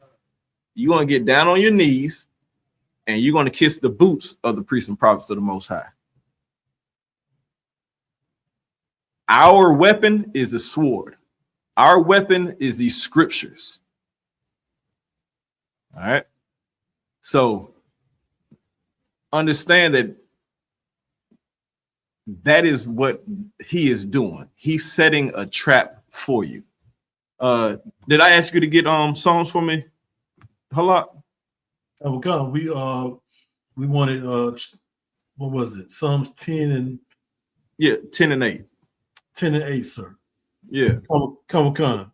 So understand that they are up here trying to set these traps. Go ahead and read that from the Baba Shah.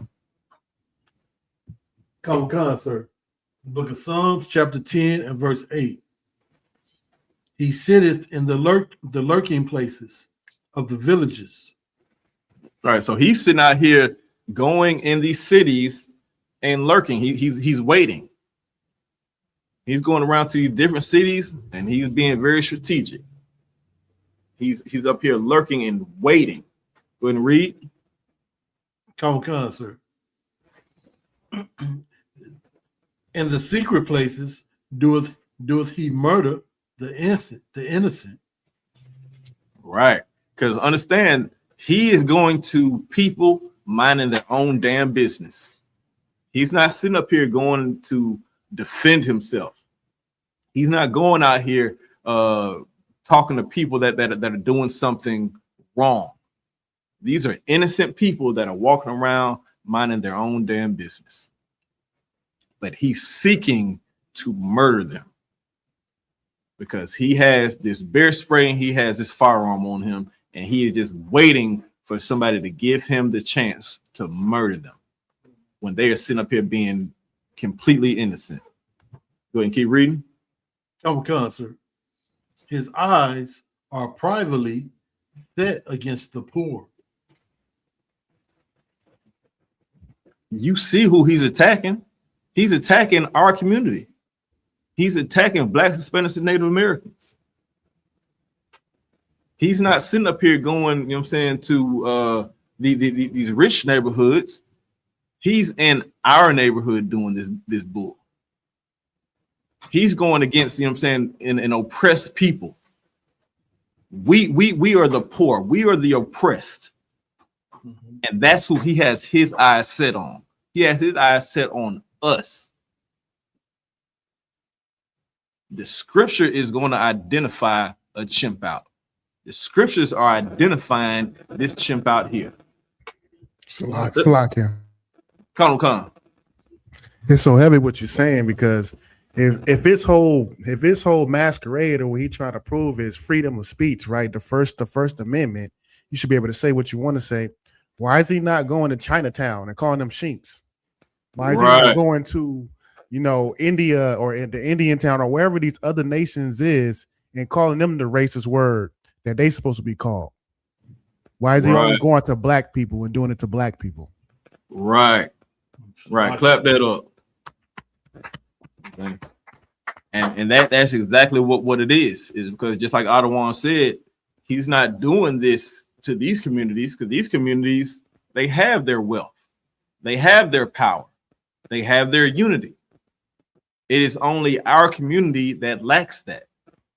It's our community that's poor in that brotherhood, that's poor in the economic structure.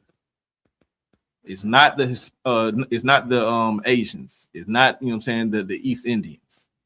It's us. It's Blacks, Hispanics, Native Americans that he's targeting. Go ahead and keep reading, Baba Kashar. So like out of one, if I could, real quick. Yeah, come on with it.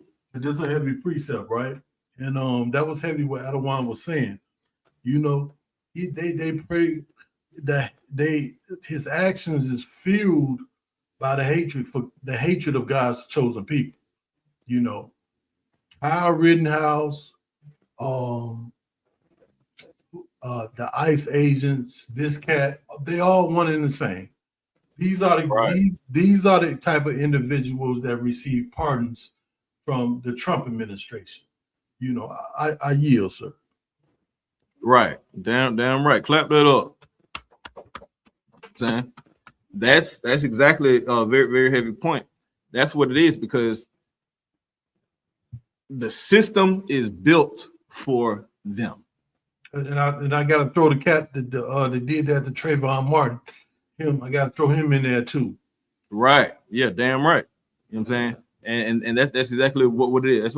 That's why that's a very heavy point, because the system is built for them. Just how, you know what I'm saying, we just brought out how the Constitution was written for him to be able to play this type of game.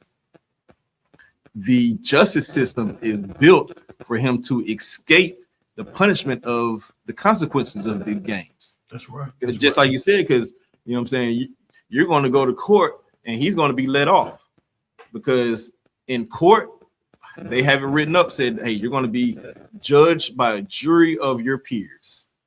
And who is his peers? A bunch of other devils. Right. So you're going to have 12 devils sit up here and look at his situation, look what happened, and agree with what he did. And he's going to walk away scot-free. They're going to sit up here and look at him and be like, well, hey, he didn't do anything wrong. He did exercise his First Amendment, and then he exercised his second. Where did he break the law? I understand, you know what I'm saying, you may not agree with it, but he didn't break any law. So according to the letter of the law, we're going to go ahead and let him go, because it's a jury of the peers. You got all these other devils that are going to, you know what I'm saying, let him walk away scot-free, just like the priest said. Very, very heavy point. That's exactly what it is. Got him more. Let's keep reading. Kawakana, sir. Verse 9. He lieth in wait secretly as a lion in his den. Right. So that's what he does. He sits up here and he just wants to slowly do this. You know what I'm saying? Like I said, when he gets out here, he's not just running around. He's doing this secretly. You know what I'm saying? He's doing this, you know what I'm saying, like on a real smooth tip, catching you unsuspectedly. Because remember, he's literally just pulling out his camera and then he's doing like a little selfie thing.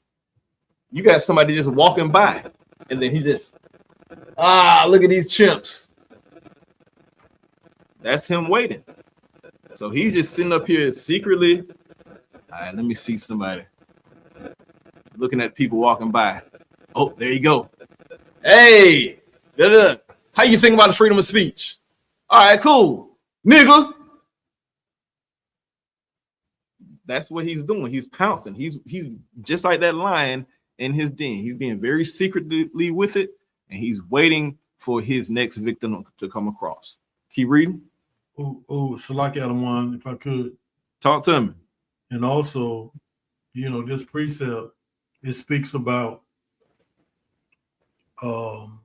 these oppressors, these devils that lie in wait for brothers and sisters that be by themselves. And then the next day you hear about a brother or a sister that was found hanging from a tree, that they come out and say, well, based on our investigation, it looks like this person committed suicide. You know? Right. Yeah, that's definitely a very, very point. Clap that up. You know what I'm saying? That's definitely a motive that they do as well. Is they'll sit up here and, like the priest just said, they try to catch you alone. That way, it's no witnesses. That way, they can set the narrative. So Slakia. Come. Man, I hate to keep chiming in, but what you bringing out is so heavy because look, Slakia, sir. Your con. I love for you to keep chiming in, keep doing it all the one, Bible sure. Most on Christ. You know, I'm just like, imagine you on a strip walking with your girl. You know, you walking with your rib, and you minding your own business. You want to go out, take her somewhere to eat, nice, and all of a sudden here comes this chud dude coming up to you, randomly talking to you. You believe in freedom of speech, and you're like, all right, yeah. All of a sudden he call you a nigger in front of your girl. If you don't know no better, your first reaction is to show your masculinity. Because that's what you think is masculinity. You're not going to disrespect me in front of my girl. And so then you do that, he start agitating you. You chipping out. He know what he doing, man. That's why I say he's like a lion. You secretly preying on him. You know the response that you're going to get. That's why it's called rage baiting. You know the response that somebody's going to do. That's how what you bringing out is so heavy of how they hunting us and how they looking for that reaction. You know, and like you said, if you don't know no better, this is the reaction you're gonna give them.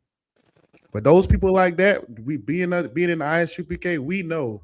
But those reactions like that, you don't give them that reaction. You tell them, man, you say what you want. Actually, I appreciate you saying that. Right. Thank you for saying that, because now we know who you is. We know what type of person you are. You know what I'm saying? But it's just so heavy that you're bringing this out with these scriptures, man. I wish I did the class. Hey, Most High in Christ. Hey, let's clap that up real quick. And now, you know what I'm saying? Look, it ain't no secret that here in ISUPK, we learn from the men above us. So with that and being totally transparent with that, guess who I called before I did this class? I called the Spirit of the Sword. You know what I'm saying? I'm gonna be like, hey, Adawan, this is what I'm doing my class on. You know what I'm saying? You got the precepts for me, you know what I'm saying? Everything like that. Because that's what it is. You know what I'm saying? So that's what we have to do is, you know what I'm saying, listen to the men above us. We go to them. You know what I'm saying? Scripture says, if you see a man of understanding, you wear out his doorstep. So understand that we have to do these things. We don't sit up here and read these scriptures and just listen to it. Read these scriptures and go do it. Scripture talks about us being doers. Don't sit up here and just listen to it in one ear and out the other. Let it go in that ear, let it sizzle in that spirit, and then go do it. So when you hear in that scripture, see a man of understanding, wear out that doorstep, that's exactly what you do. All right. Because now you're going to understand how to handle these devils. You're going to understand just how Adawan just brought out. If you're out with your rib and a situation happens, you're going to have that knowledge of how to handle that situation. And that's what we have to do. All right. Go ahead and keep on reading for me, Baba Shah. Come, sir. Verse 10. Salakia, verse 9. He doeth catch the poor when he draweth him into his net. Salakia, go after, start from he lieth in wait. Psalms chapter 10 and verse 9 from the top. He lieth in wait secretly as a lion in his den. He lieth in wait to catch the poor. Right. So we just, you know what I'm saying, spoke on that. Is he's up here waiting to catch the poor. He has his special target on the Black, Hispanics, Native Americans. Go ahead and keep reading. Come. He doeth catch the poor when he draweth him into his net. Right. So that's that whole rage bait. And that's what, you know what I'm saying? Like I said, this is the heavy part about this scripture. This is a living book. We just read in Psalms 10 and 9, rage bait. Damn near, you know what I'm saying, by definition. This is rage baiting. He's going to sit up here and wait to draw you into his net. That's exactly what Chud the Builder does. He gets out there with his camera, with with his bear mason and his gun, and he's going to wait to draw you into that net. He's going to use his First Amendment right, that net, and wait for you, to come into it. Go ahead and read 10. Come on, sir. Verse 10.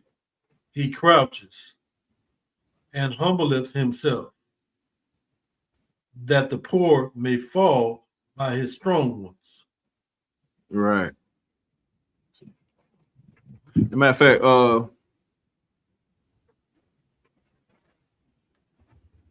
fact, let's drop that one and get me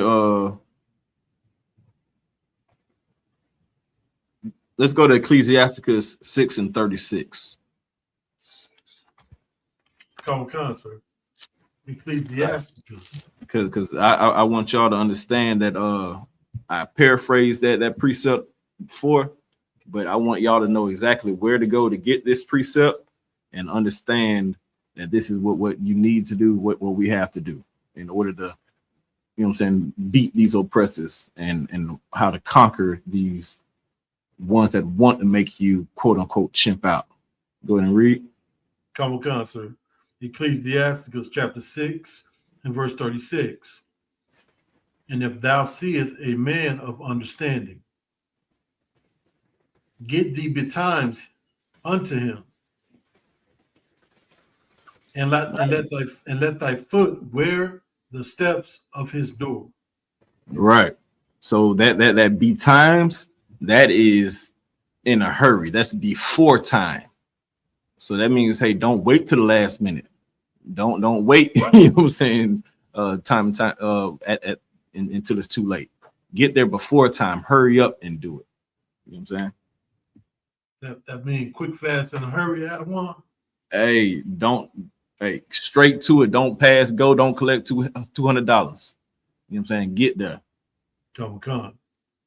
Hey, Slaki, put that that last one back up on the screen, Naquan. I didn't see what the last comment said, Baba Shah. It says he actually, oh, that's crazy, other one. I didn't even know that one. So he actually maced a pregnant black woman and a dude before too. So he's catching them up. You know what I'm saying? And understand, hey, y'all know our sisters. Y'all know our sisters is rowdy and feisty. They ain't gonna take nothing from no, you know what I'm saying, oppressor. You know what I'm saying? Pregnant or not, you know what I'm saying? They're our weaker vessel, but understand that they are stronger and better than all these other, you know what I'm saying, oppressors out here. You know what I'm saying? But yeah, but that's definitely it. We're gonna get another precept. Give me if you would, Lamentations 4:18, Baba Shah. So like one. Talk to me. So that sister probably took the bait. Right. She damn sure did. She damn sure took the bait. Because for him to, you know what I'm saying, deploy the mace, that showed that he was being threatened in some way. That, you know what I'm saying, that he felt that he was under attack and had to defend himself. And now this is the other thing about it, because in the beginning of the class, understand, we just played a video that talked about he finally got arrested. So, you know what I'm saying, Adawan just brought out 2 instances where he maced 2 people. But we didn't hear any charges brought up about that. Because they are the most subtle beast of the field. He knew how to work his system where he could mace a pregnant black woman and mace a man and not be charged with it. He worked the hell out his system that his forefathers set up for them. Now, don't you make that mistake and think that you can do these same things. Because just like I said, this was set up for them. 1776, that Constitution wasn't written for us. When they wrote in that Constitution, all men are created equal, they weren't talking about us. So don't think that you can get out here and do that same thing. You can't chimp out like them. You don't envy what they do. Don't envy the constitutions that they have. Don't sit up here and choose their way to go do their BS. All right. Go ahead and read that Lamentations for me, Baba Shaw. Come, sir. The book of Lamentations, chapter 4, verse 18. Mm-hmm. They hunt our steps. They what? They hunt our steps. They hunt our steps. They are hunters. That is what they are by nature. That's what they do. That's what they have done. That's what they will continue to do. They come after us. They hunt us. Please understand that, Blacks, Hispanics, Native Americans. You cannot trust your oppressor. You cannot sit up here and think that everything is hunky-dory with them. You have to understand that they hunt you. They want to unalive you. They want to destroy you. That is why they hunt you. They do this, and understand that the nature of their oppressor. They do this for pleasure. They hunt for pleasure. They go on these African safaris and shoot down these big elephants and lions and all these other beasts just to sit up here and take a picture with them. Right. They don't do it for subsistence. They're not, you know what I'm saying, taking the animal and butchering it and eating. They're doing this for a trophy, so they can have a story to tell, so they can have something to mount on their wall. They hunt for pleasure. It's not like how our people hunt, is we do it for subsistence. Our Native American brothers and sisters went and hunted a buffalo. They used every single inch of that buffalo. Right. Nothing went to waste. From the fur to the horns to the hooves to the bones. That was not for fun. That was for life. But they hunt for fun. That's right. They hunt us for fun. Part of their hunt, what they did with us, is gator bait. They use us for bait so they can have fun hunting gators. They wanted to go hunt some alligators. They needed something to draw them in, and they used our babies to do so they can have fun. Go ahead and keep reading. Come, that we cannot go in our streets. Chud the Builder just showed it right here. He's out here hunting us, and now we can't even go in our streets without an oppressor putting a phone in our face asking us about some damn amendment. We can't even go in our streets without some oppressor sitting up here trying to rage bait us. We can't go in our streets without some oppressor sitting up here trying to, you know what I'm saying, get us caught up on some humbug. They sit up here and take away our streets where we can't even go out with our lady because we're going to have to worry about knocking a nigga out. Keep reading. Come. Our end is near. Our days are fulfilled. For our end is come. Listen, man, it's high time for you to get in the truth. You got to stop playing and get in the truth, because it's high time, because, you know what I'm saying, it's coming very near that we need to get our people together so we have our strength, so the Most High can give that order to Yahweh Shamashiach, Jesus Christ to the ignorant, so we can now take back over these streets. So we can now take over this world. So now we will have that dominance and not give in to what they're doing.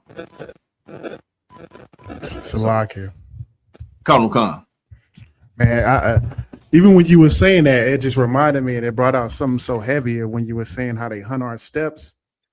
Is that, you know, a lot of times you see black people like, well, why they always got our name in the mouth? Why are we always the butt end of the joke? Why y'all, we don't bother nobody? Y'all talk so much about black on black crime. We don't bother none of y'all. Why do y'all always want to bother us? And then going to the whole, that's why it even makes it so heavy when you say, we got to learn these scriptures to get into this truth. So Yahushua, who they England call Jesus Christ, just like you said, could come back, because you got to realize this is a reason why they hunting us. That's what we got to wake up to. We got to realize, well, why is this? Because we always say, even people in the world say it. Why you always got black people in your mouth? Why you always bothering us? You know what I'm saying? So it's just so heavy what you said, because yeah, we definitely got to come back to the scriptures and serve our Lord, man. Come on, clap that up. Damn right. Yeah, that's what we absolutely have to do. And I don't want to just made a heavy point, because that's what it is. The bullseye is always on our back. You know what I'm saying? And understand, it's our fault. That's what you have to understand. It's your fault. We put this bullseye on our own back because we didn't want to follow and don't want to follow the rules of our God. All right. Understand that Deuteronomy 28 outlines it and shows us clearly that, hey, do what he says, we're put on high. Don't do what he says, you're going to get punished. And he lists out all the punishments, all the whoopings, because he is a righteous father. And just like being a righteous father, if you do good, you're going to get rewarded. If you do bad, you're going to be punished. So don't sit up here and look at it like, oh, well, God did this to us. No, we did it to ourselves, and that's why he's doing it to us. And you know what I'm saying? It's so great that we have him to do this to us, because we need that. We're a stiff-necked people. So we need that correction, because that correction is love. That's how we know the Most High loves us, because he wants to correct us. No matter what he has to do, no matter, you know what I'm saying, how he has to, you know what I'm saying, get to us. You know what I'm saying? Was that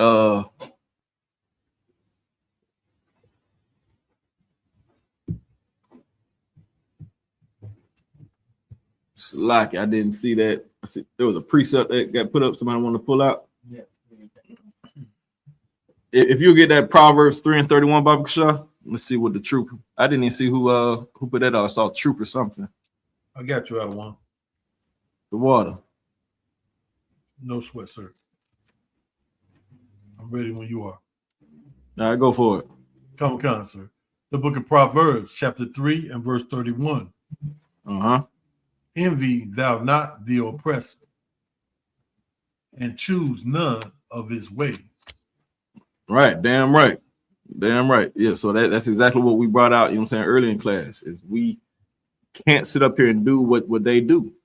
We have to separate from them.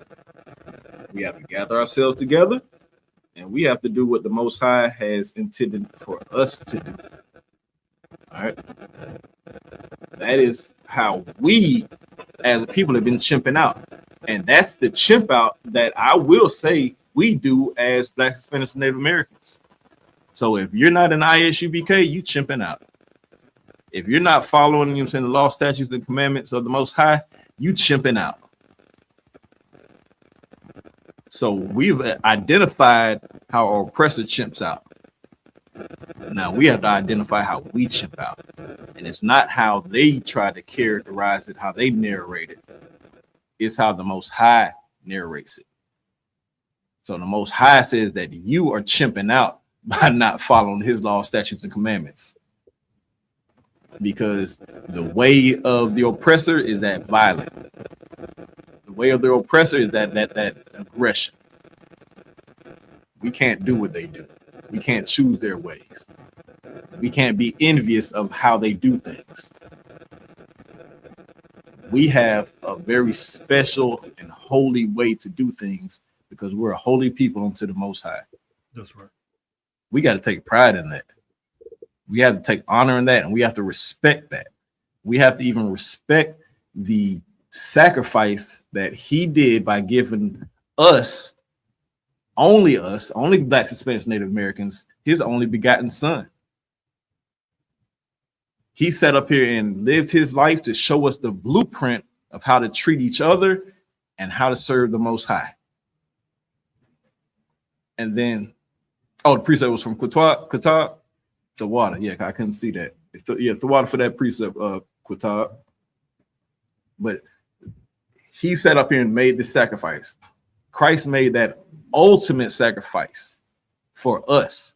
He showed that ultimate love, because there is no greater love for your brother than to lay down your life. And that's what Christ did for us.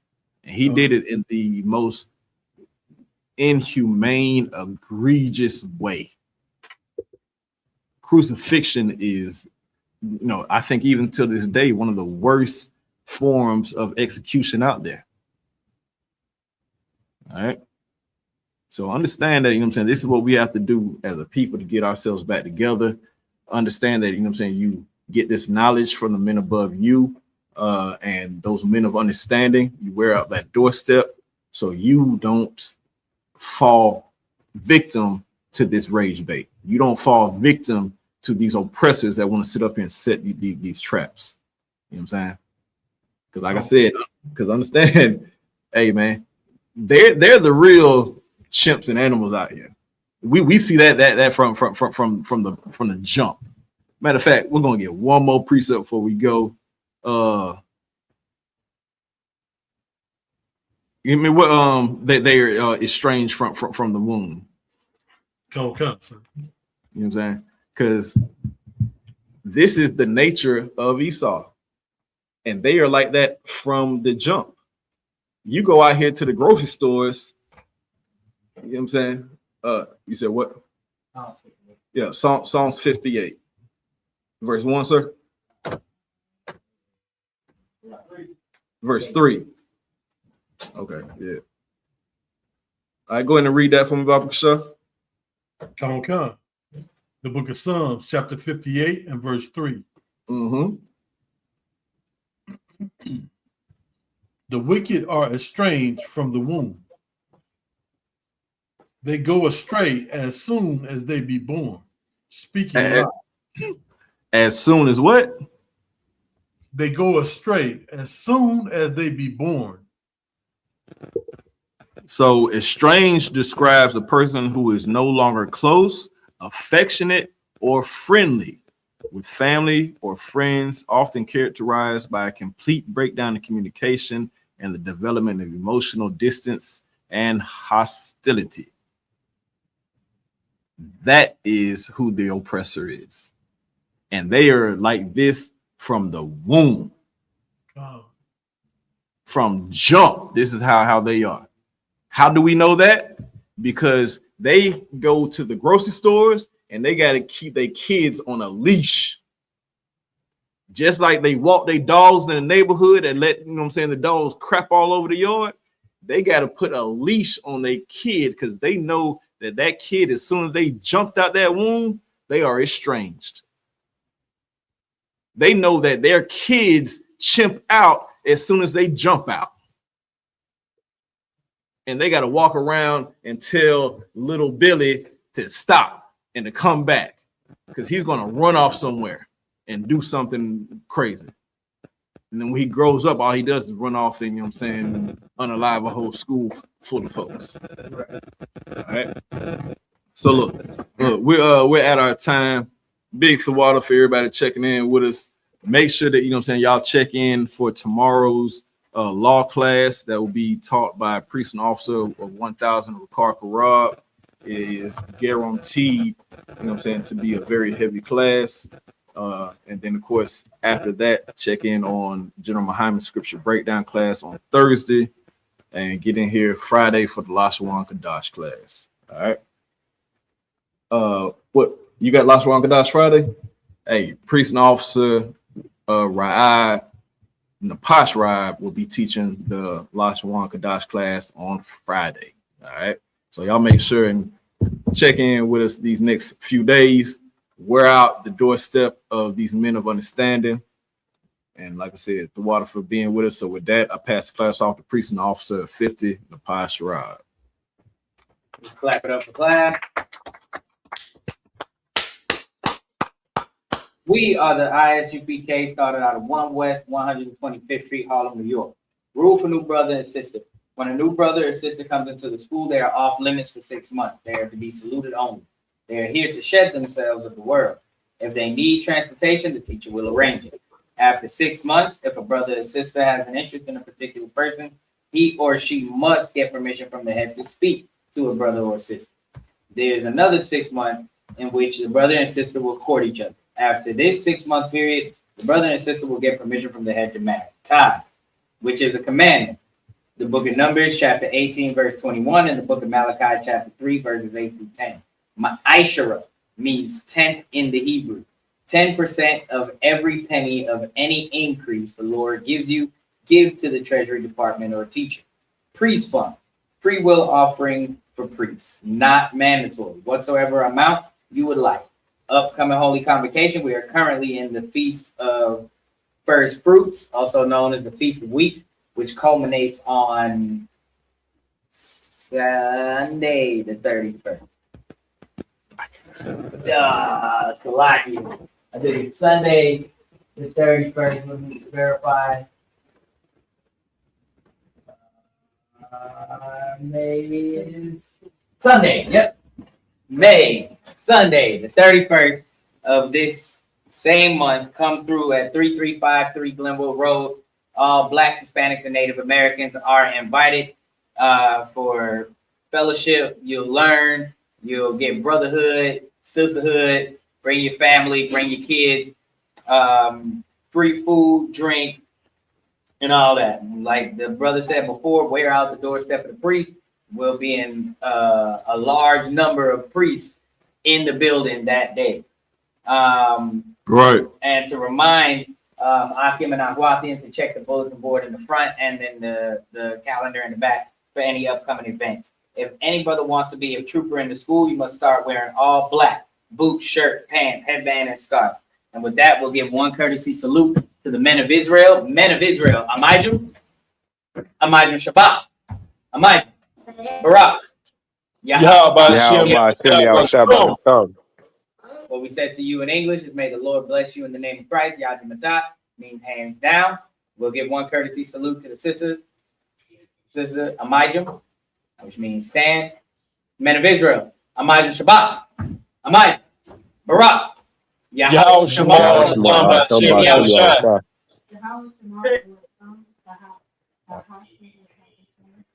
What he said to you in the English is, may the Lord watch over you in the name of Christ. Yad Yamatah means hands down. Class dismissed. That's right.